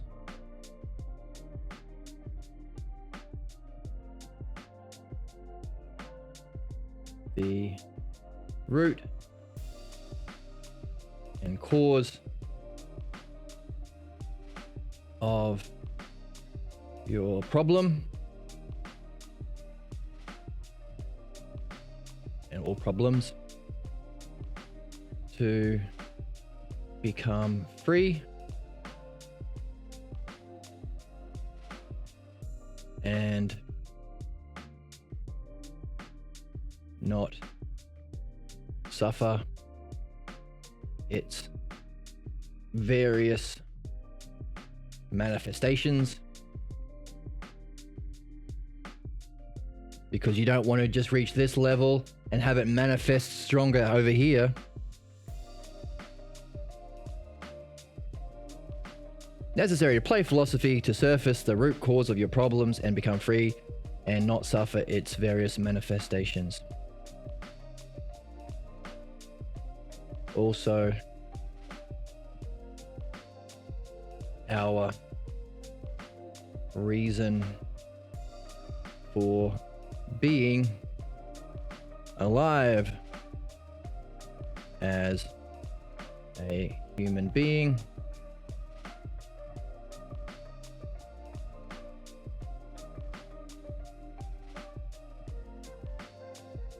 along with our purpose to master the dialectic.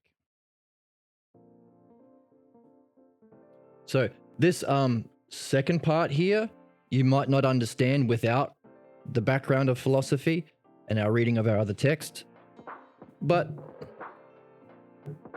this is a good counter. Okay.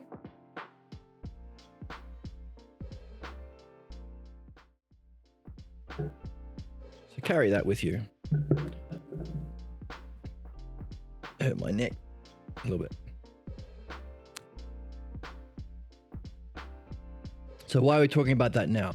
Well, if that's a principle for ourselves, also it can be a tool that we can use to recognize when this is coming up in our midwifery.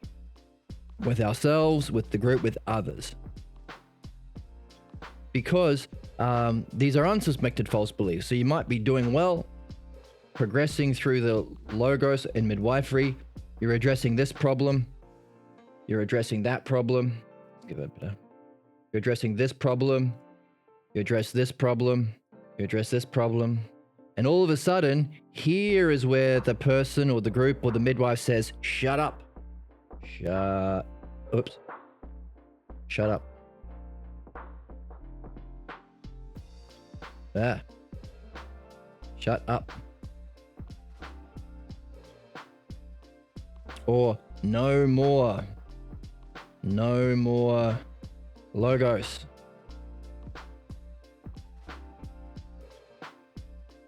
Why?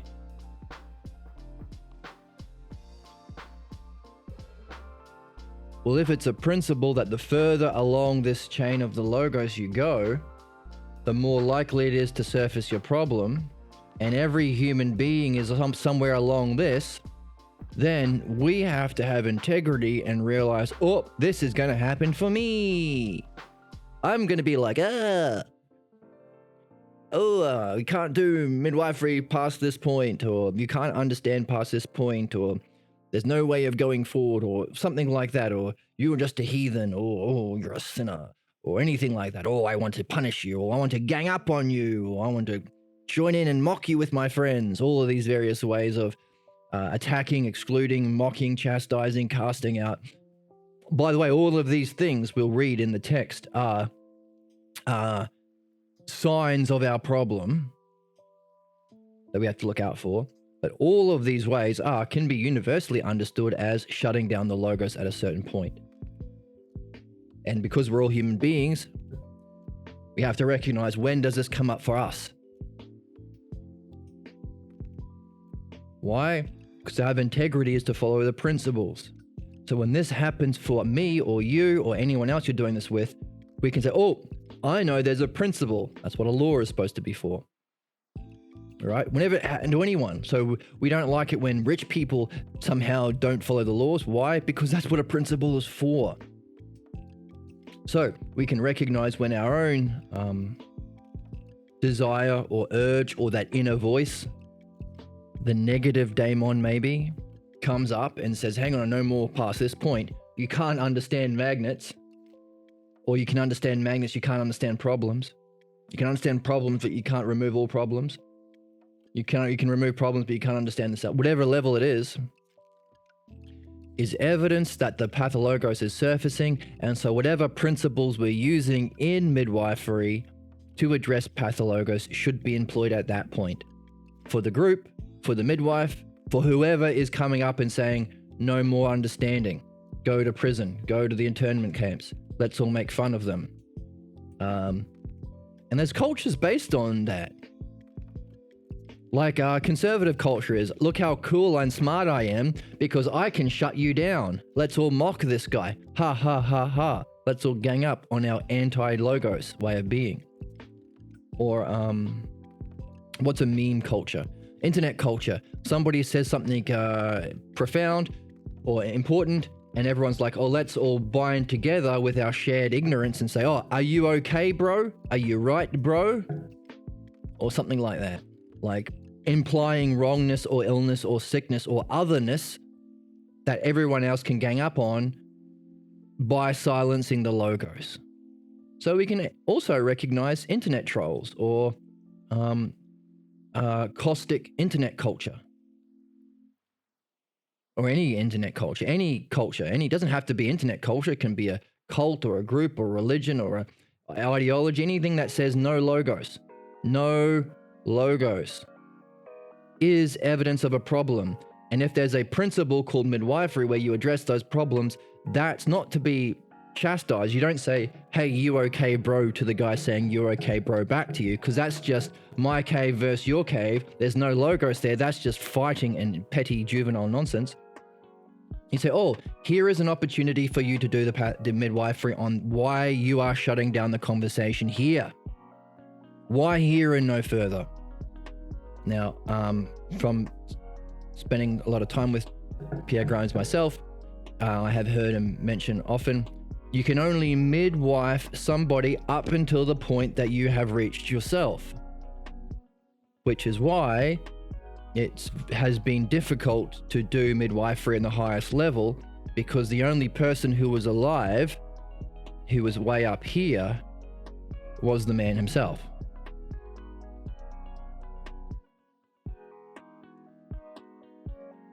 Now, maybe he was here, but he was the only one in this vicinity. And we're reading this in the text. We're reading about how he studied with these people, how he went beyond them.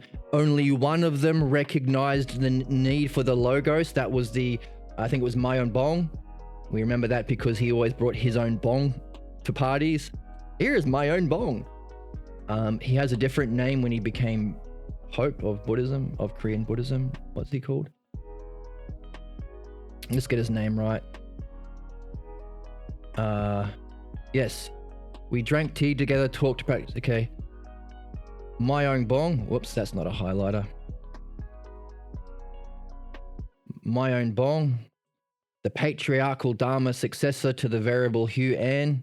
Now, doesn't this sound formal and awesome? So if you're making a movie or whatever, this is where you can build up the stakes and the intrigue and the mystery. Patriarchal successor and the venerable Huan, who's a 33rd patriarch from Lin Chi.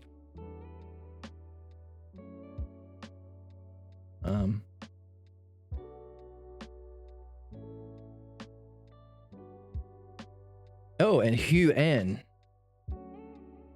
was the name of Pierre as well, so you can give him that name. Chon An. Recognized he was a teacher. Okay, so who was it that saw him? Chon An was the guy. And let's highlight it.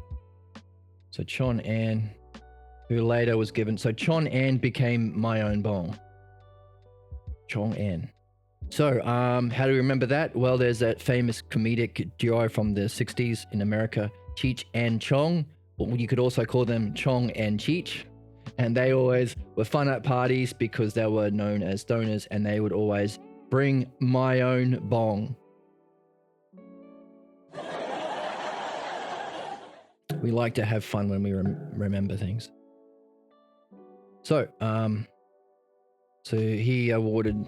He was one of the only traditions that had a familiarity with something that was very similar to the logos, guthas and koans, questions, and repeated logos or phrases. So guthas are like mantras, koans are like questions. So they're like, we talked about NVC being midwifery light. This is like philosophy light, but allowed him to recognize Pierre, so on, so on, so on. So, difficult for people who wanted to do midwifery at that level, considering the principle that people can only midwife to the level that they have themselves reached. Because this level here, for most people, is down here.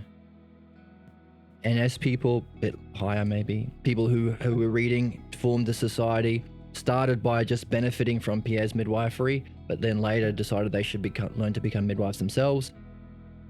Not all of them, people at various levels and various levels of interest. There are very few who had this sort of passion that some have, and very few that have the natural ability that Pierre had. So there's a principle. Now, what do we do about that? Because we ain't Pierre Grimeses. I don't know many people in the Discord who have become the patriarchal successor of anyone venerable within any line of Buddhism yet. So what do we do? Well, there's a way around this. It's that when you do reach your block, you have to be able to recognize it. There are various hallmarks, but they all come down to one simple thing. And this is why I love philosophy. It's so gosh darn simple when you see it. Now, yes, you have to start with all the various things like I hate you, or you're a heathen, or you can't understand things, or you can never know the mind of God, or you just any thoughts are sickness, which is an Eastern thing. All thoughts are sicknesses, and there's no understanding. So all of these things are many. So it's very complicated to begin with. But then you can unify it in saying, oh, that's just my cave good, your cave bad, outside cave bad, other caves bad, in-group, out-group. That's the loyalty to it. So simple. Democrats, Republicans, Christians, Protestants, Jews, Palestinians, whoever. Buddhists, Taoists. If you're loyal to an old way of being, it's just this part of human evolution, which is also part of why we're here, by the way, as a soul, to get this so we can remove it and, in fact, learn the dialectic, because the dialectic applies to both the truth that we forget when we're born, but also, that's side A, also what's false. There's two parts to the dialectic, which is why we are returning to Platonism, having leveled it up.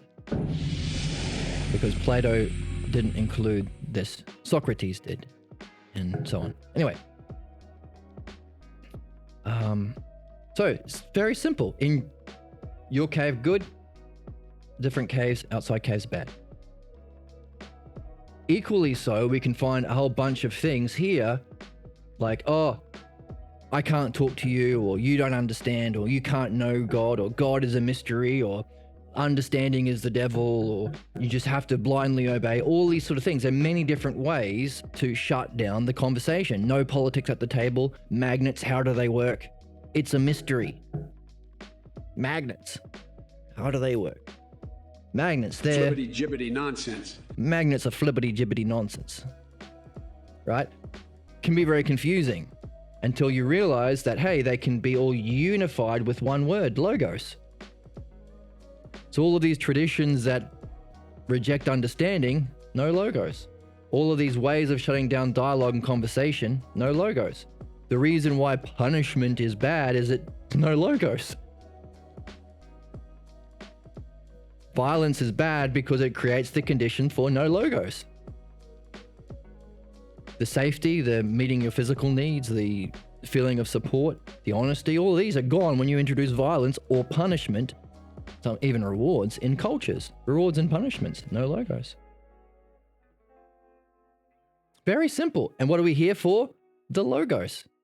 It has two parts, philosophy, which is the logos, and midwifery, purifying the no logos part. It's so simple. Isn't that simple? Wow. This is why I love philosophy. It makes things that seem so complicated to begin with so simple. Logos or no logos. So why are we talking about that here? Well, because that principle, you can only midwife someone to the level that you are at. Where are you along this line? You can fix this, or you can create safeguards around this if you realize that as soon as this comes up, you can recognize a problem. It might surface as many different ways.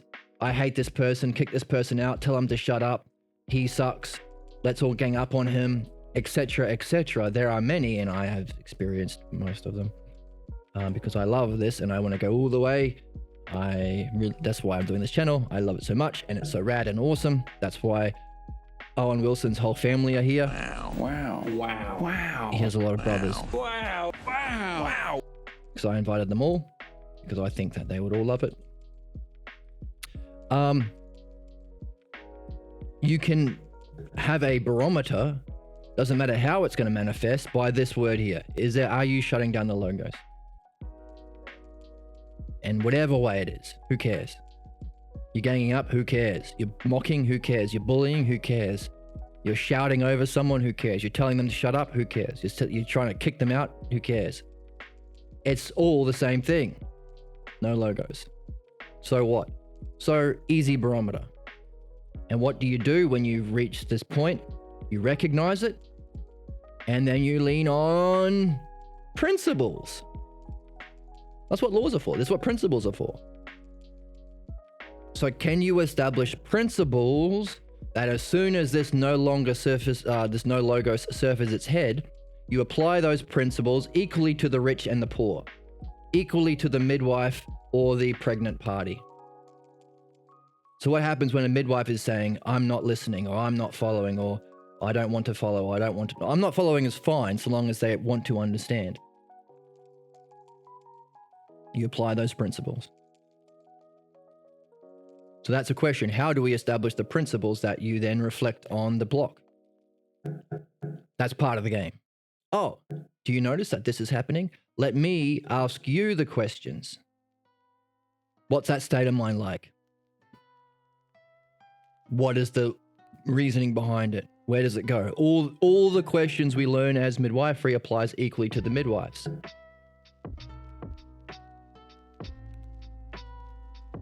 That's a principle. Now, because that midwife is at their problem, it requires a certain level of integrity, courage, openness, bravery to actually play that game. Because some people like to be the midwife and don't like to have the questions asked of themselves. So it requires all these characteristics. The characteristics we are learning in our philosophy read-alongs. What is virtue? We're reading the Meno. So whatever we discover virtue is in the Meno, we need to apply it here. Whatever they figure out virtue is. Because that's a big puzzle. Socrates and Meno. Meno thinks he knows, doesn't. Socrates says he doesn't know. Maybe he does. That's a big question. Oh, howdy. Welcome to the chat. Good to see you here. So, whatever we discover virtue is in our philosophy read-alongs, take it with us so that when our block comes up, we apply that integrity to become midwifed ourselves or ask the same questions. And then the roles break down. We are no longer, I'm the knower, you're the patient. It's, we are both human souls here for a reason. If we are both human souls, we both have a question. What do we carry that's false that we have to address with midwifery? That's learning the dialectic about what isn't true is not. And the other part of the dialectic is what is true. That's our other question. We have two questions, or koans if you were Mayon Bang or Chon An. Koans. Now, we don't need koans because koans are questions given to you that are trick questions. We don't need trick questions because we all get two. We all get two. A question that causes your problem, so you can't. So this is your mantra. You don't need mantras because you're always living out your problem. You don't need to practice repeating it.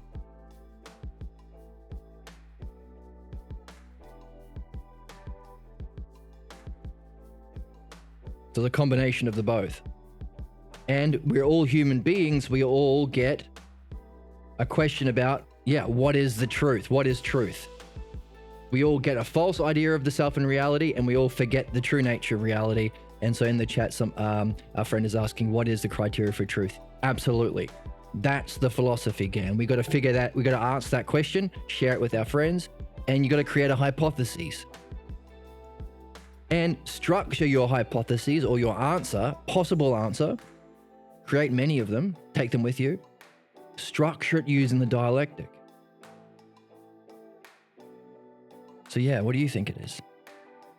What's your hypothesis? And can you use the dialectic structure to phrase your hypothesis? Because then you can share it with others. So if you have a question and a hypothesis, so this is great. You're not just coming in, I know what truth is, like Meno. You're asking a question. We can all share in that. We are together. And if you create a hypothesis or a what if using the dialectic, we can all share in that as well. Because the dialectic has two sides, as we've been talking about. If it is and if it isn't true. So if this is the case, these are the four categories that my answer has. And if it isn't the case, these are the four things that would follow. We can all follow it. We don't have to already agree with you because we're also given the alternative. And when we get to what happens at the end, we can see the conclusions, if this hypothesis is, and if this hypothesis isn't. So now we've gone beyond opinions to a shared question. We're fellow adventurers together, higher degree of virtue maybe, and we can look at the answer together. Right, so people might not know what foundationalism is, but can you phrase your understanding of it? So foundationalism is a belief from somebody else. That's a good starting point. Can you break it down to its parts? Because then your soul is going from belief to your own understanding. Now, if you can make those parts fit into the dialectic, you are doing what we're here to do, says Socrates and Pierre, which is master the art of thinking or dialectic. Can you phrase it in these 8 categories? If it is, has 4 categories. If it isn't. Now, the next level so that's developing your understanding. And you can share it in the Discord with others. We can all wonder about it and we can be a shared koan. We're together. But also, as we get practice, we can learn how to use it in dialogue freeform. So it's like you're practicing an instrument with your friends, but then you can learn jazz. You can freeform it because you can start with, here is my definition. I think my hypothesis about what is the criteria for truth is this. And now the person's either going to follow or not. Then you go on to a demonstration, a simple example of what you just defined. And then you say, are you with me? Notice, we're not debating.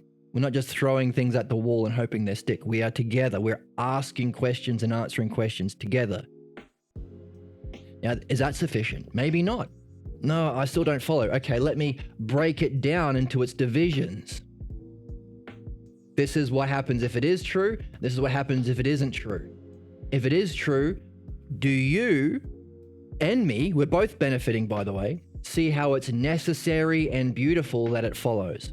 Or if we take the opposite, is there some contradictions or terrible outcomes that happen? That's division. And then after we follow, the person has to be along. So you're always asking questions and judging their answers. Are they answering?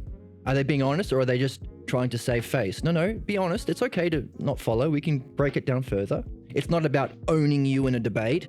It's not about saying... He didn't know what solipsism was. He didn't know what deontological moral philosophy was. He didn't know what utilitarianism meant. We don't have to do that. We're breaking it down so we're together. And then after that division, can we synthesize, this is our conclusion, synthesize it, bring it all together into a unity, and then take that unity and analysis, which means take it back to our definition so we've understood the definition, both of us, better from having gone through this journey together. That's the dialectic. That's what we're learning. That's what Socrates is doing. And that's what we're doing in midwifery. Only philosophy is, that question is to do with the truth.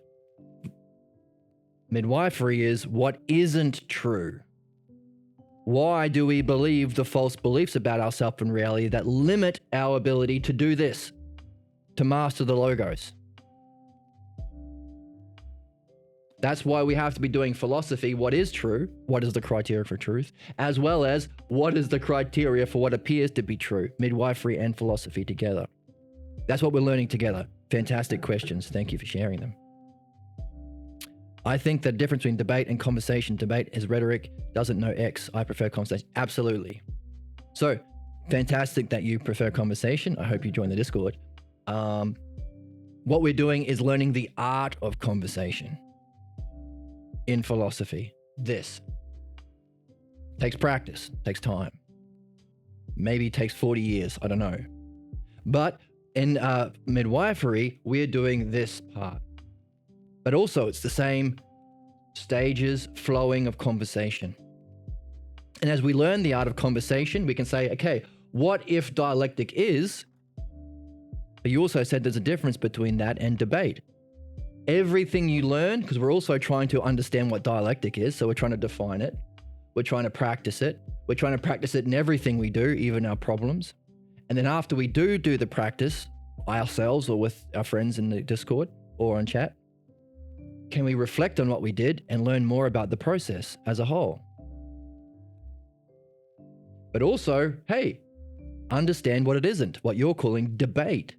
Can you define what debate is? Because that's, if dialectic doesn't exist, you could say definition, debate.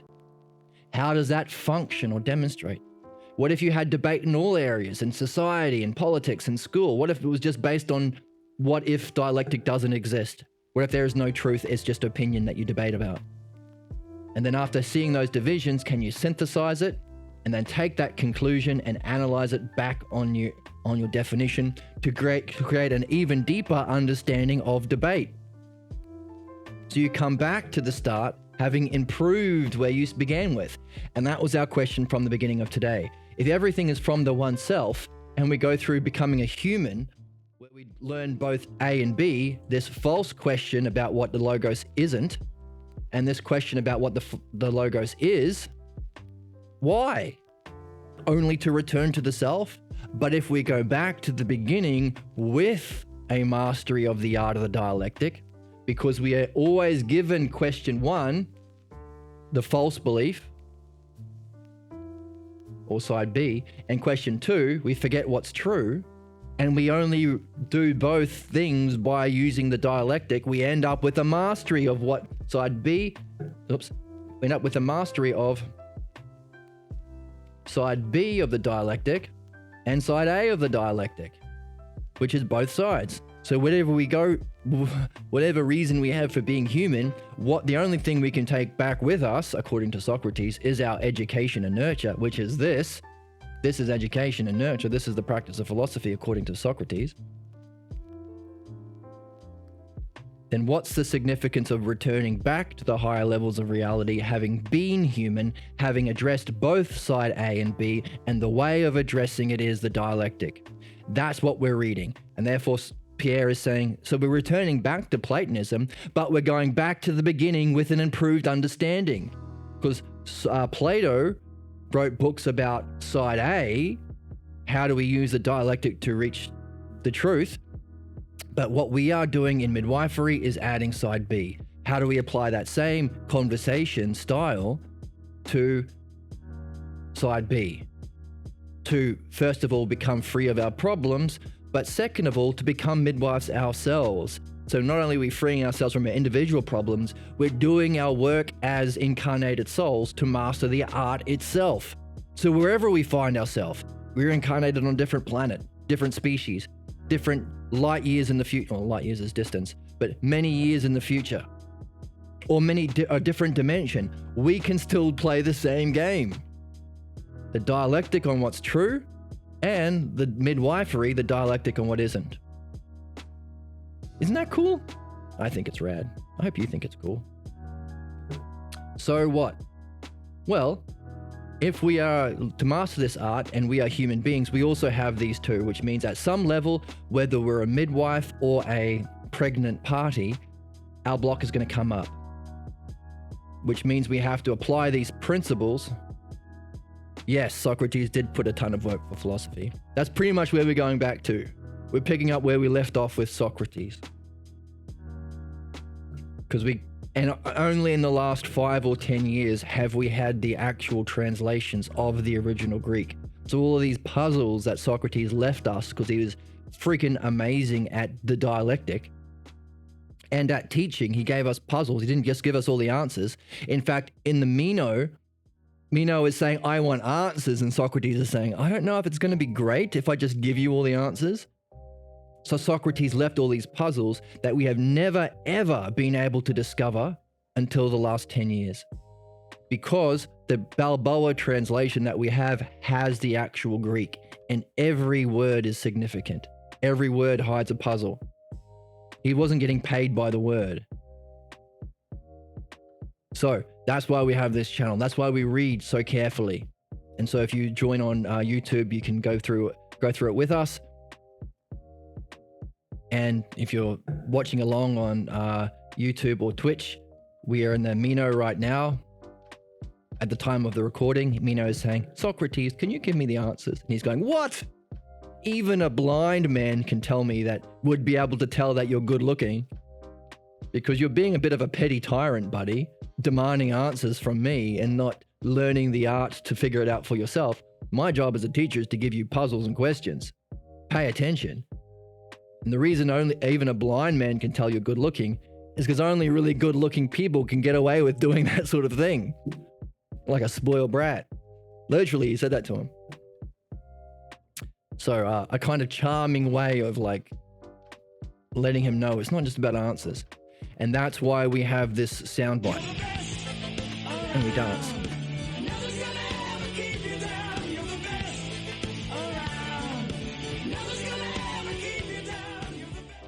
Because that's from the Rocky Balboa soundtrack, and we have the Balboa translation, which has the actual Greek, so we can unpack all those puzzles. Lots and lots of fun.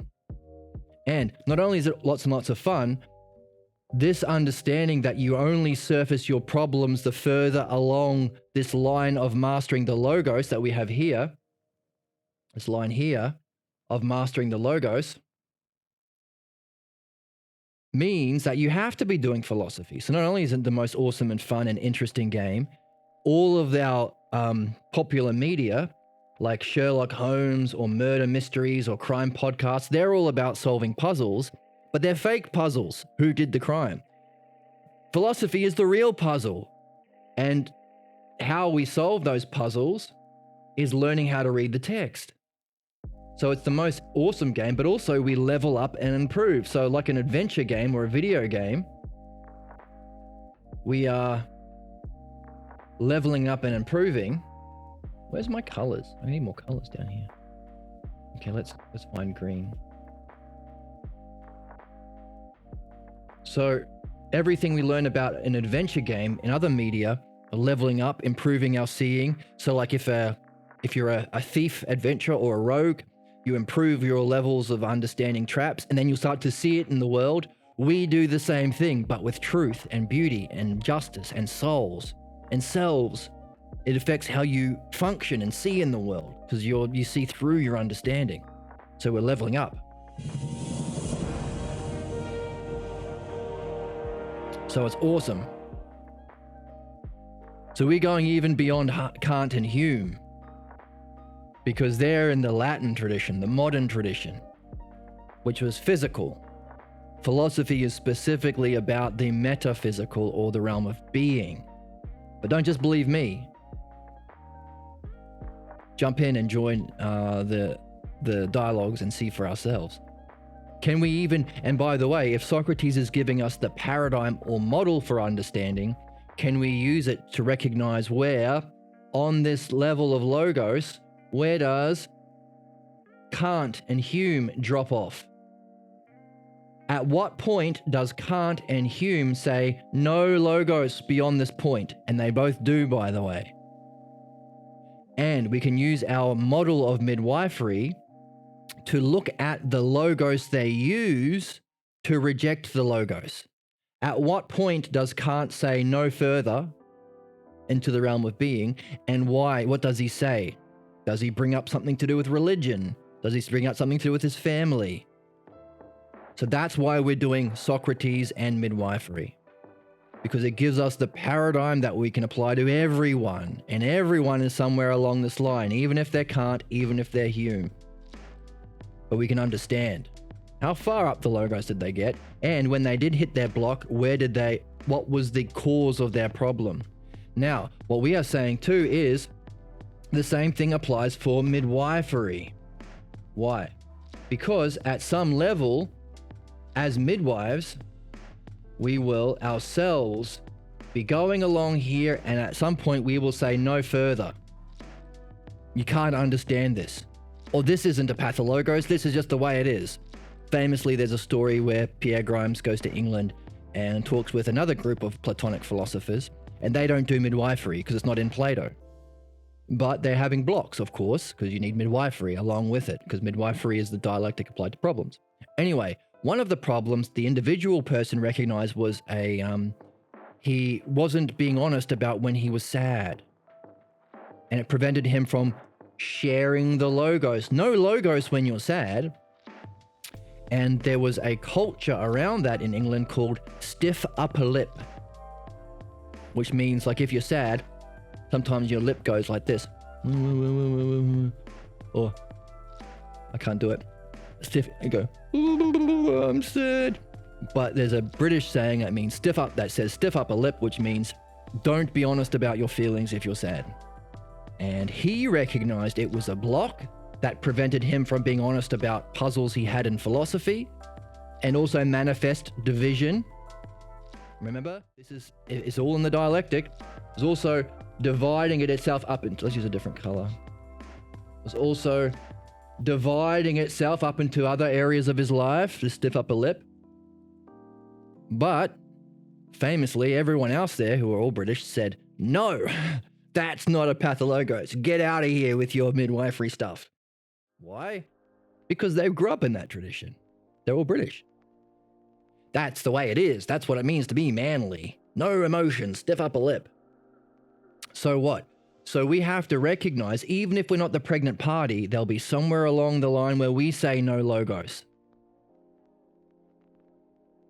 Kant did it, Hegel did it, and of course they did. They didn't have midwifery. So even when we're doing midwifery, we will have this, which means we have to develop principles of, number one, recognizing a problem. And an easy way of doing that is, when do we say no logos?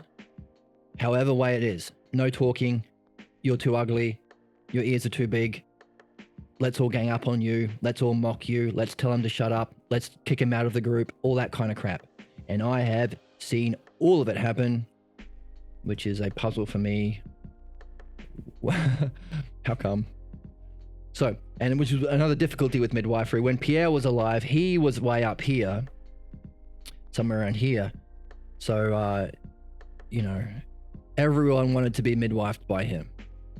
And of course, we saw he was, he's given the Dharma stick. He's the Buddha of Buddhism, as well as the greatest master of philosophy. So he had both.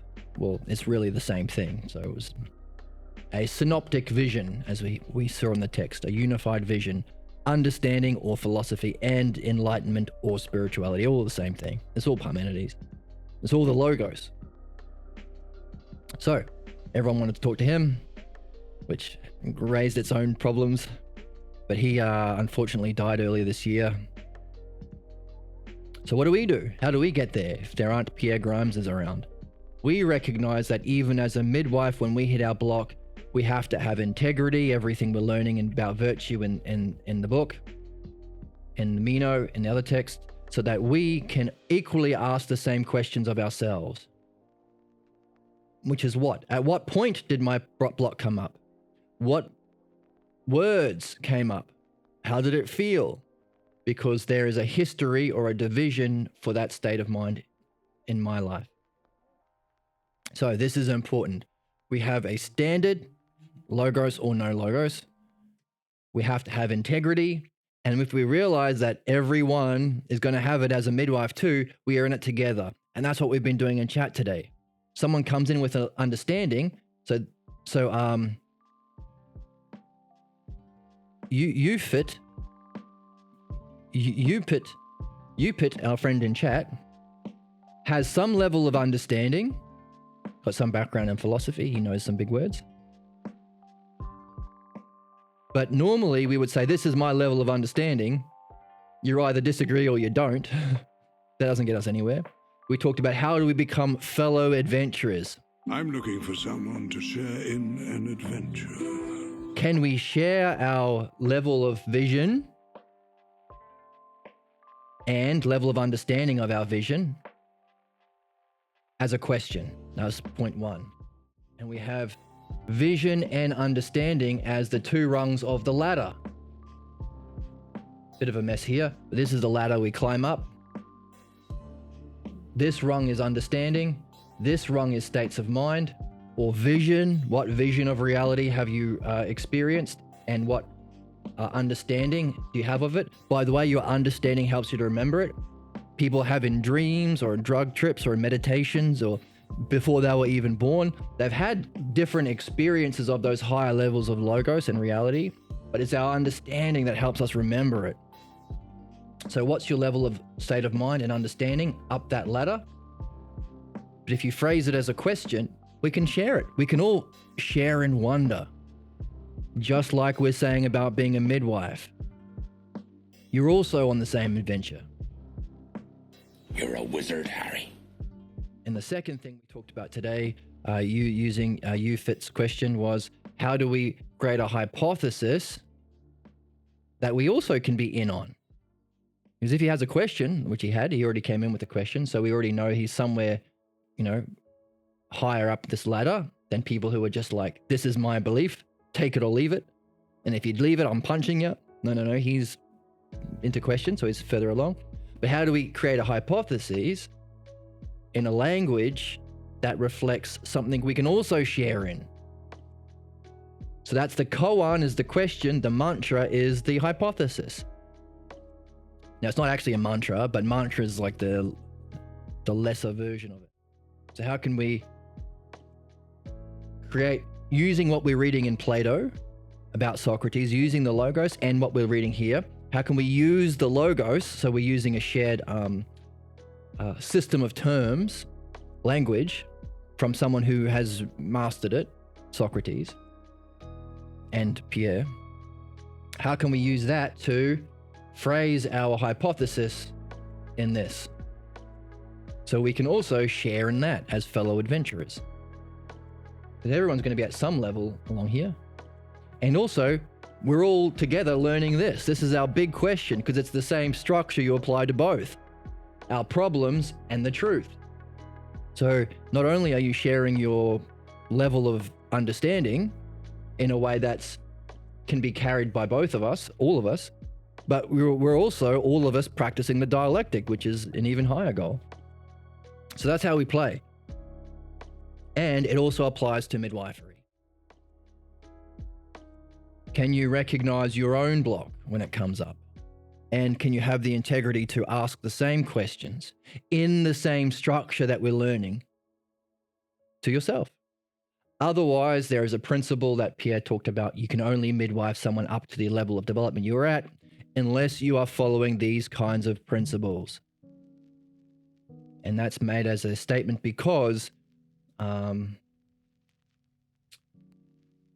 one of the dangers of midwifery is if you're the one asking the question, if there's a pathologos, you might think, well, what does it mean to be a teacher? Or what does it mean to be a therapist? It means to be knowing. So I got to put on whatever mask it means to be knowing. Well, that's not what Socrates is saying. In his talk with Meno, he's saying, I don't know, but I'm going to lead the dialectic anyway. What does that mean? That means if you have an idea of knowing, it's not from truth. It's not from Socrates. So it's going to be a block. And so what do people who claim to be wise from our upbringing, from our childhood, from our family, from our priests, from our culture do? Politicians? They pretend to know shit they don't. They get defensive when they hit their block. So if we're a midwife and all of a sudden we find something we don't know, and we are still attached to those pathologos models, which we are in some level, unless you're right at the end, we'll pretend that we don't have a problem, or we'll fight back.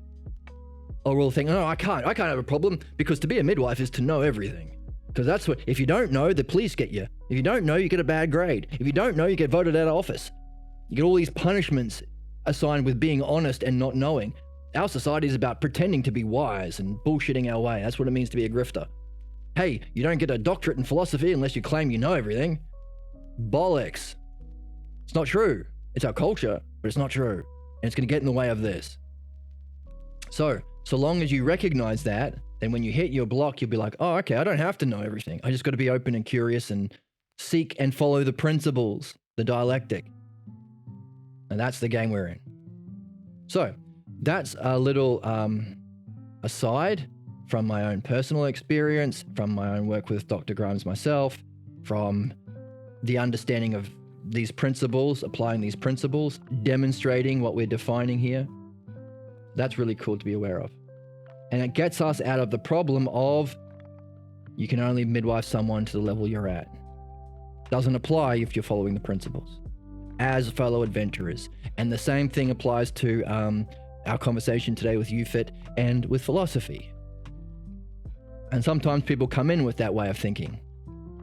They say, have you read Brand at all? Have you read Nagel? What about Scanlon? Have you read Scanlon or Scruton or Edmund Burke? Have you read C.S. Lewis? Have you read The Lion, the Witch, and the Wardrobe? Have you read Immanuel Kant? So you know Pflicht. What has this got to do with Bob's Burgers? Do you practice self-love in a Kantian sense? Do you masturbate to Kant? Have you seen Infinity Wars? Have you even seen Age of Ultron?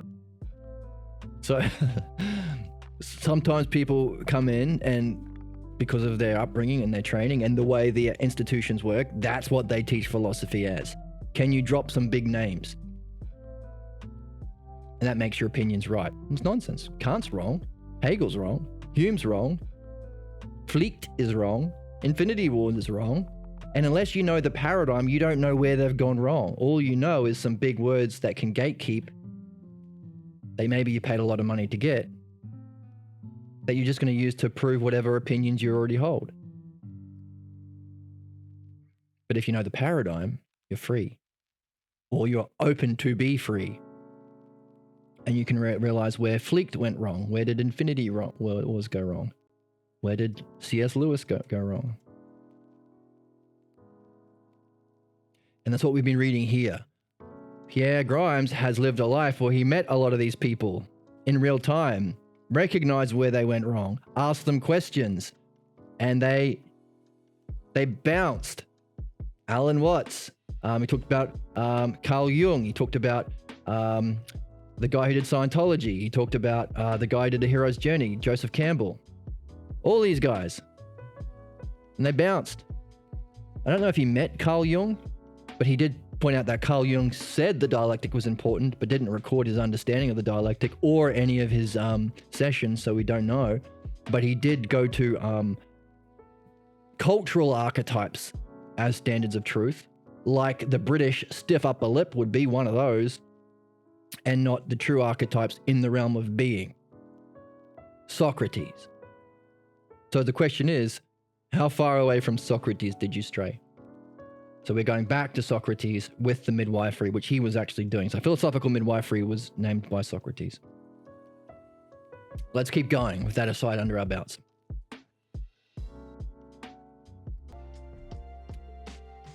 So where we are now is, the reality is philosophical midwifery is able to surface the beliefs, what beliefs? That the self is ununderstandable, unexperienceable, or unknowable, and that are previously hidden from view. We talked about the concentric circles of support networks around the beliefs, and offers a way of understanding the formation of those networks of those beliefs. Wow, cool. Wow. And it achieves a resolution. Wow, even better. Wow. Achieves a resolution. Let's highlight that.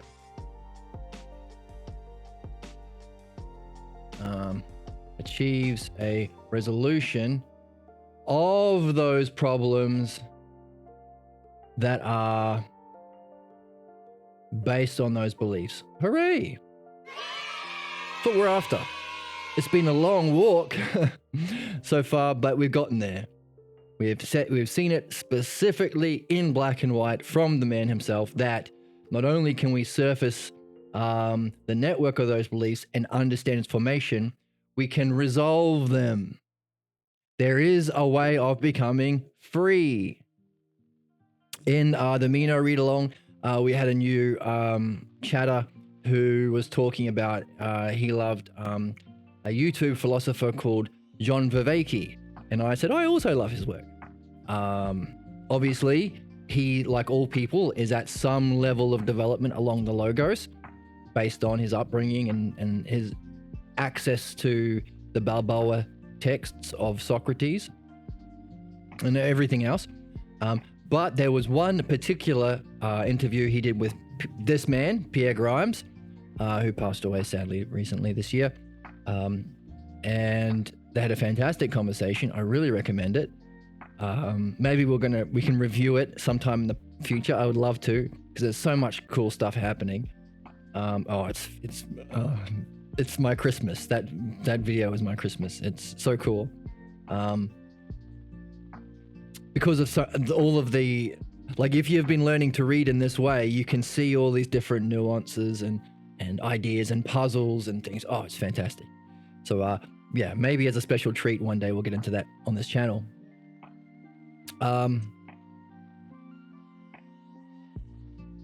But yeah, one of the questions he brings up is freedom.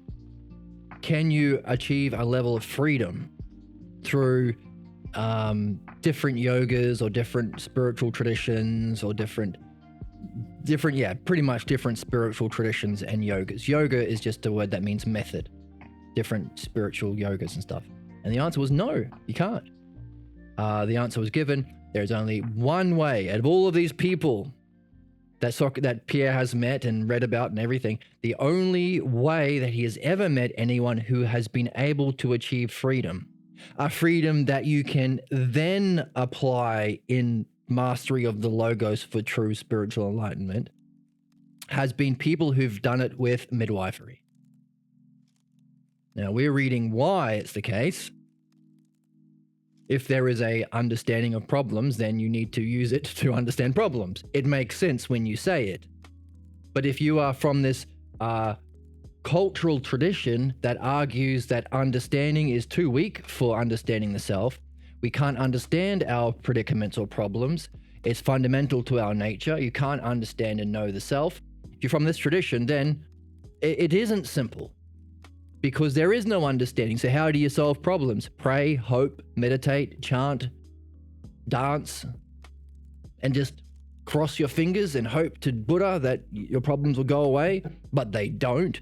So we have, these people who have reached different experiences but still have their problems. So what we are learning is The reality that you can surface the beliefs and understand their formation and network, number one. Number two, and you can resolve the problems based on those beliefs. So if that's the case, which is obvious when you say it, so it's not that we have to learn this, we have to unlearn all the other crap that says, oh, you can understand other things, but not this. You can understand how to fix your bike, but you can't understand the economy. Okay, you can understand the economy and all that same like gaslighting and big words, gatekeeping is just bullshit so the rich can keep exploiting us. Of course you can understand economics. It's very, very simple. But you can't understand politics. That's too complicated. You need a degree in Harvard. Well, okay, of course it's simple and obvious and anyone can understand it. It's just gate-kept with all these big words. But you can't understand that. So at every level you can reject understanding. But you're not born that way. We're always asking why as babies. We have to learn that there's a point where someone comes in and says, this far and no further. No asking questions about our religion or the way we do things in the family or why I hate women or why this or that. So we are unlearning the false belief that we can't understand and solve problems. Once we do that, which can only be done in midwifery, by the way, it's obvious that to understand and remove problems, you need to use the system of understanding problems, midwifery. So when Pierre says to John Vervaeke in that interview, the only people who I've ever met or seen who have become free, doesn't matter how many titles they have on their walls, has been people who have used midwifery, no doy. Of course. Because he's saying the only people who have understood and removed their problems who have used the system of understanding and removing problems.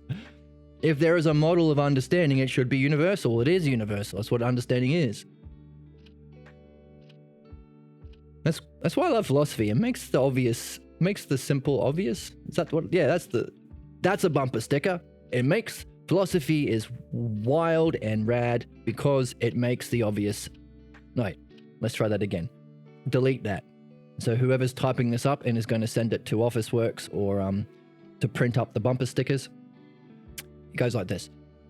Philosophy is the most raddest because it makes the simple obvious. That's it.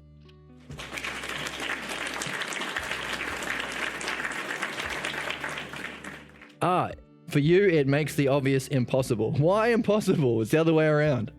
Oh, because we have to do this midwifery. Exactly. So unless you are familiar and have been practicing midwifery, that's the impossibility. All of these things are saying that's why it's impossible. We are undoing this. And we have to be humble. Well, not humble. We have to have the courage to recognize where we're starting from. We're not starting knowing everything. So, and that was the difficulty with Vervaeke's interview. There's a lot of time and experience and rewards and money and credentials and things, and he's got a lot of honors for different yogas. But to hear, you got to start from the beginning, that can be tough to someone's ego or self-image. Got to start from the beginning. That's what we're doing here. We're starting, this is literally the first chapter of the midwifery book. We're starting from the beginning. It's okay. It's fun though. Every new day is a challenge with what seems impossible, bringing it to light and making it possible. And the insight that comes with that and the wonder that comes with that and the joy that we can share with our friends. That's what we're all about in this channel. So, he said to Vervaeke, the only people who are free, doesn't matter how many experiences they've had of this or that, is midwifery. And so that's something we're talking about on the Mina read-along. But here it is again. And finally, after, how many pages are we in? 16 pages. We've finally seen it in black and white.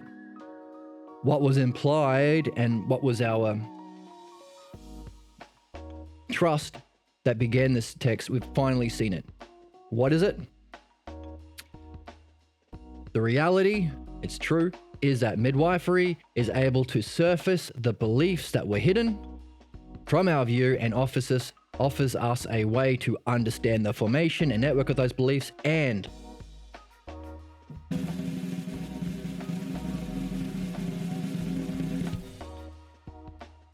achieves a resolution of those problems based on those beliefs.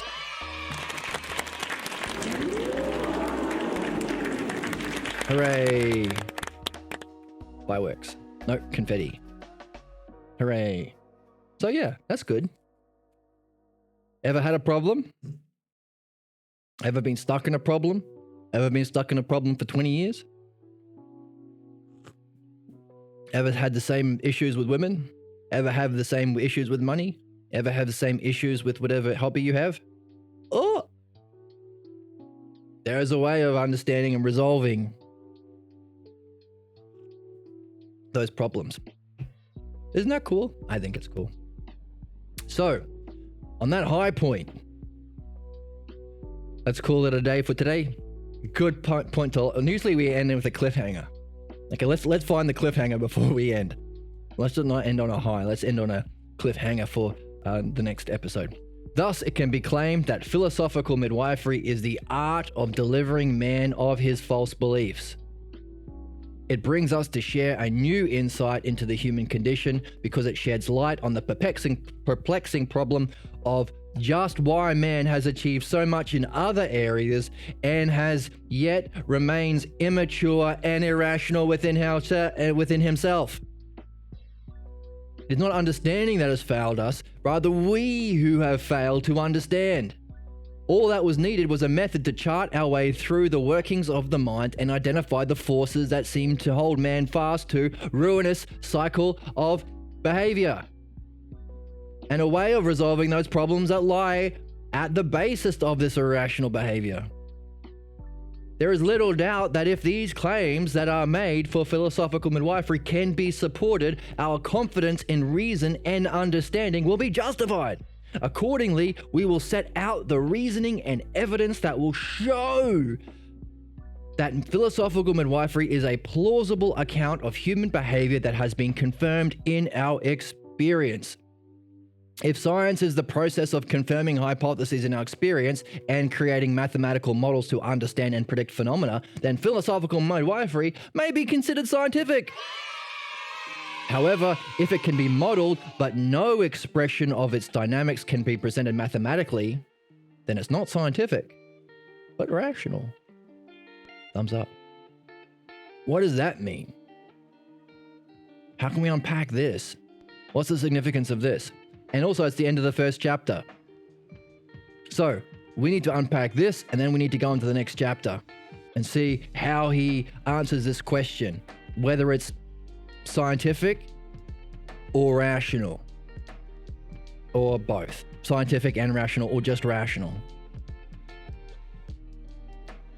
On that cliffhanger, I hope to see you next time. Thanks for joining us in chat. Feel free to join the Discord and like and subscribe on YouTube. There's lots of past past things on YouTube, past books that we've been reading together on YouTube. You can support on Patreon, and they can support on a donation. If there's a donation link somewhere, there should be something around, hopefully. And thank you for joining me. And I hope you're wondering and puzzled, and I hope to see you next time. Thank you so much for joining me.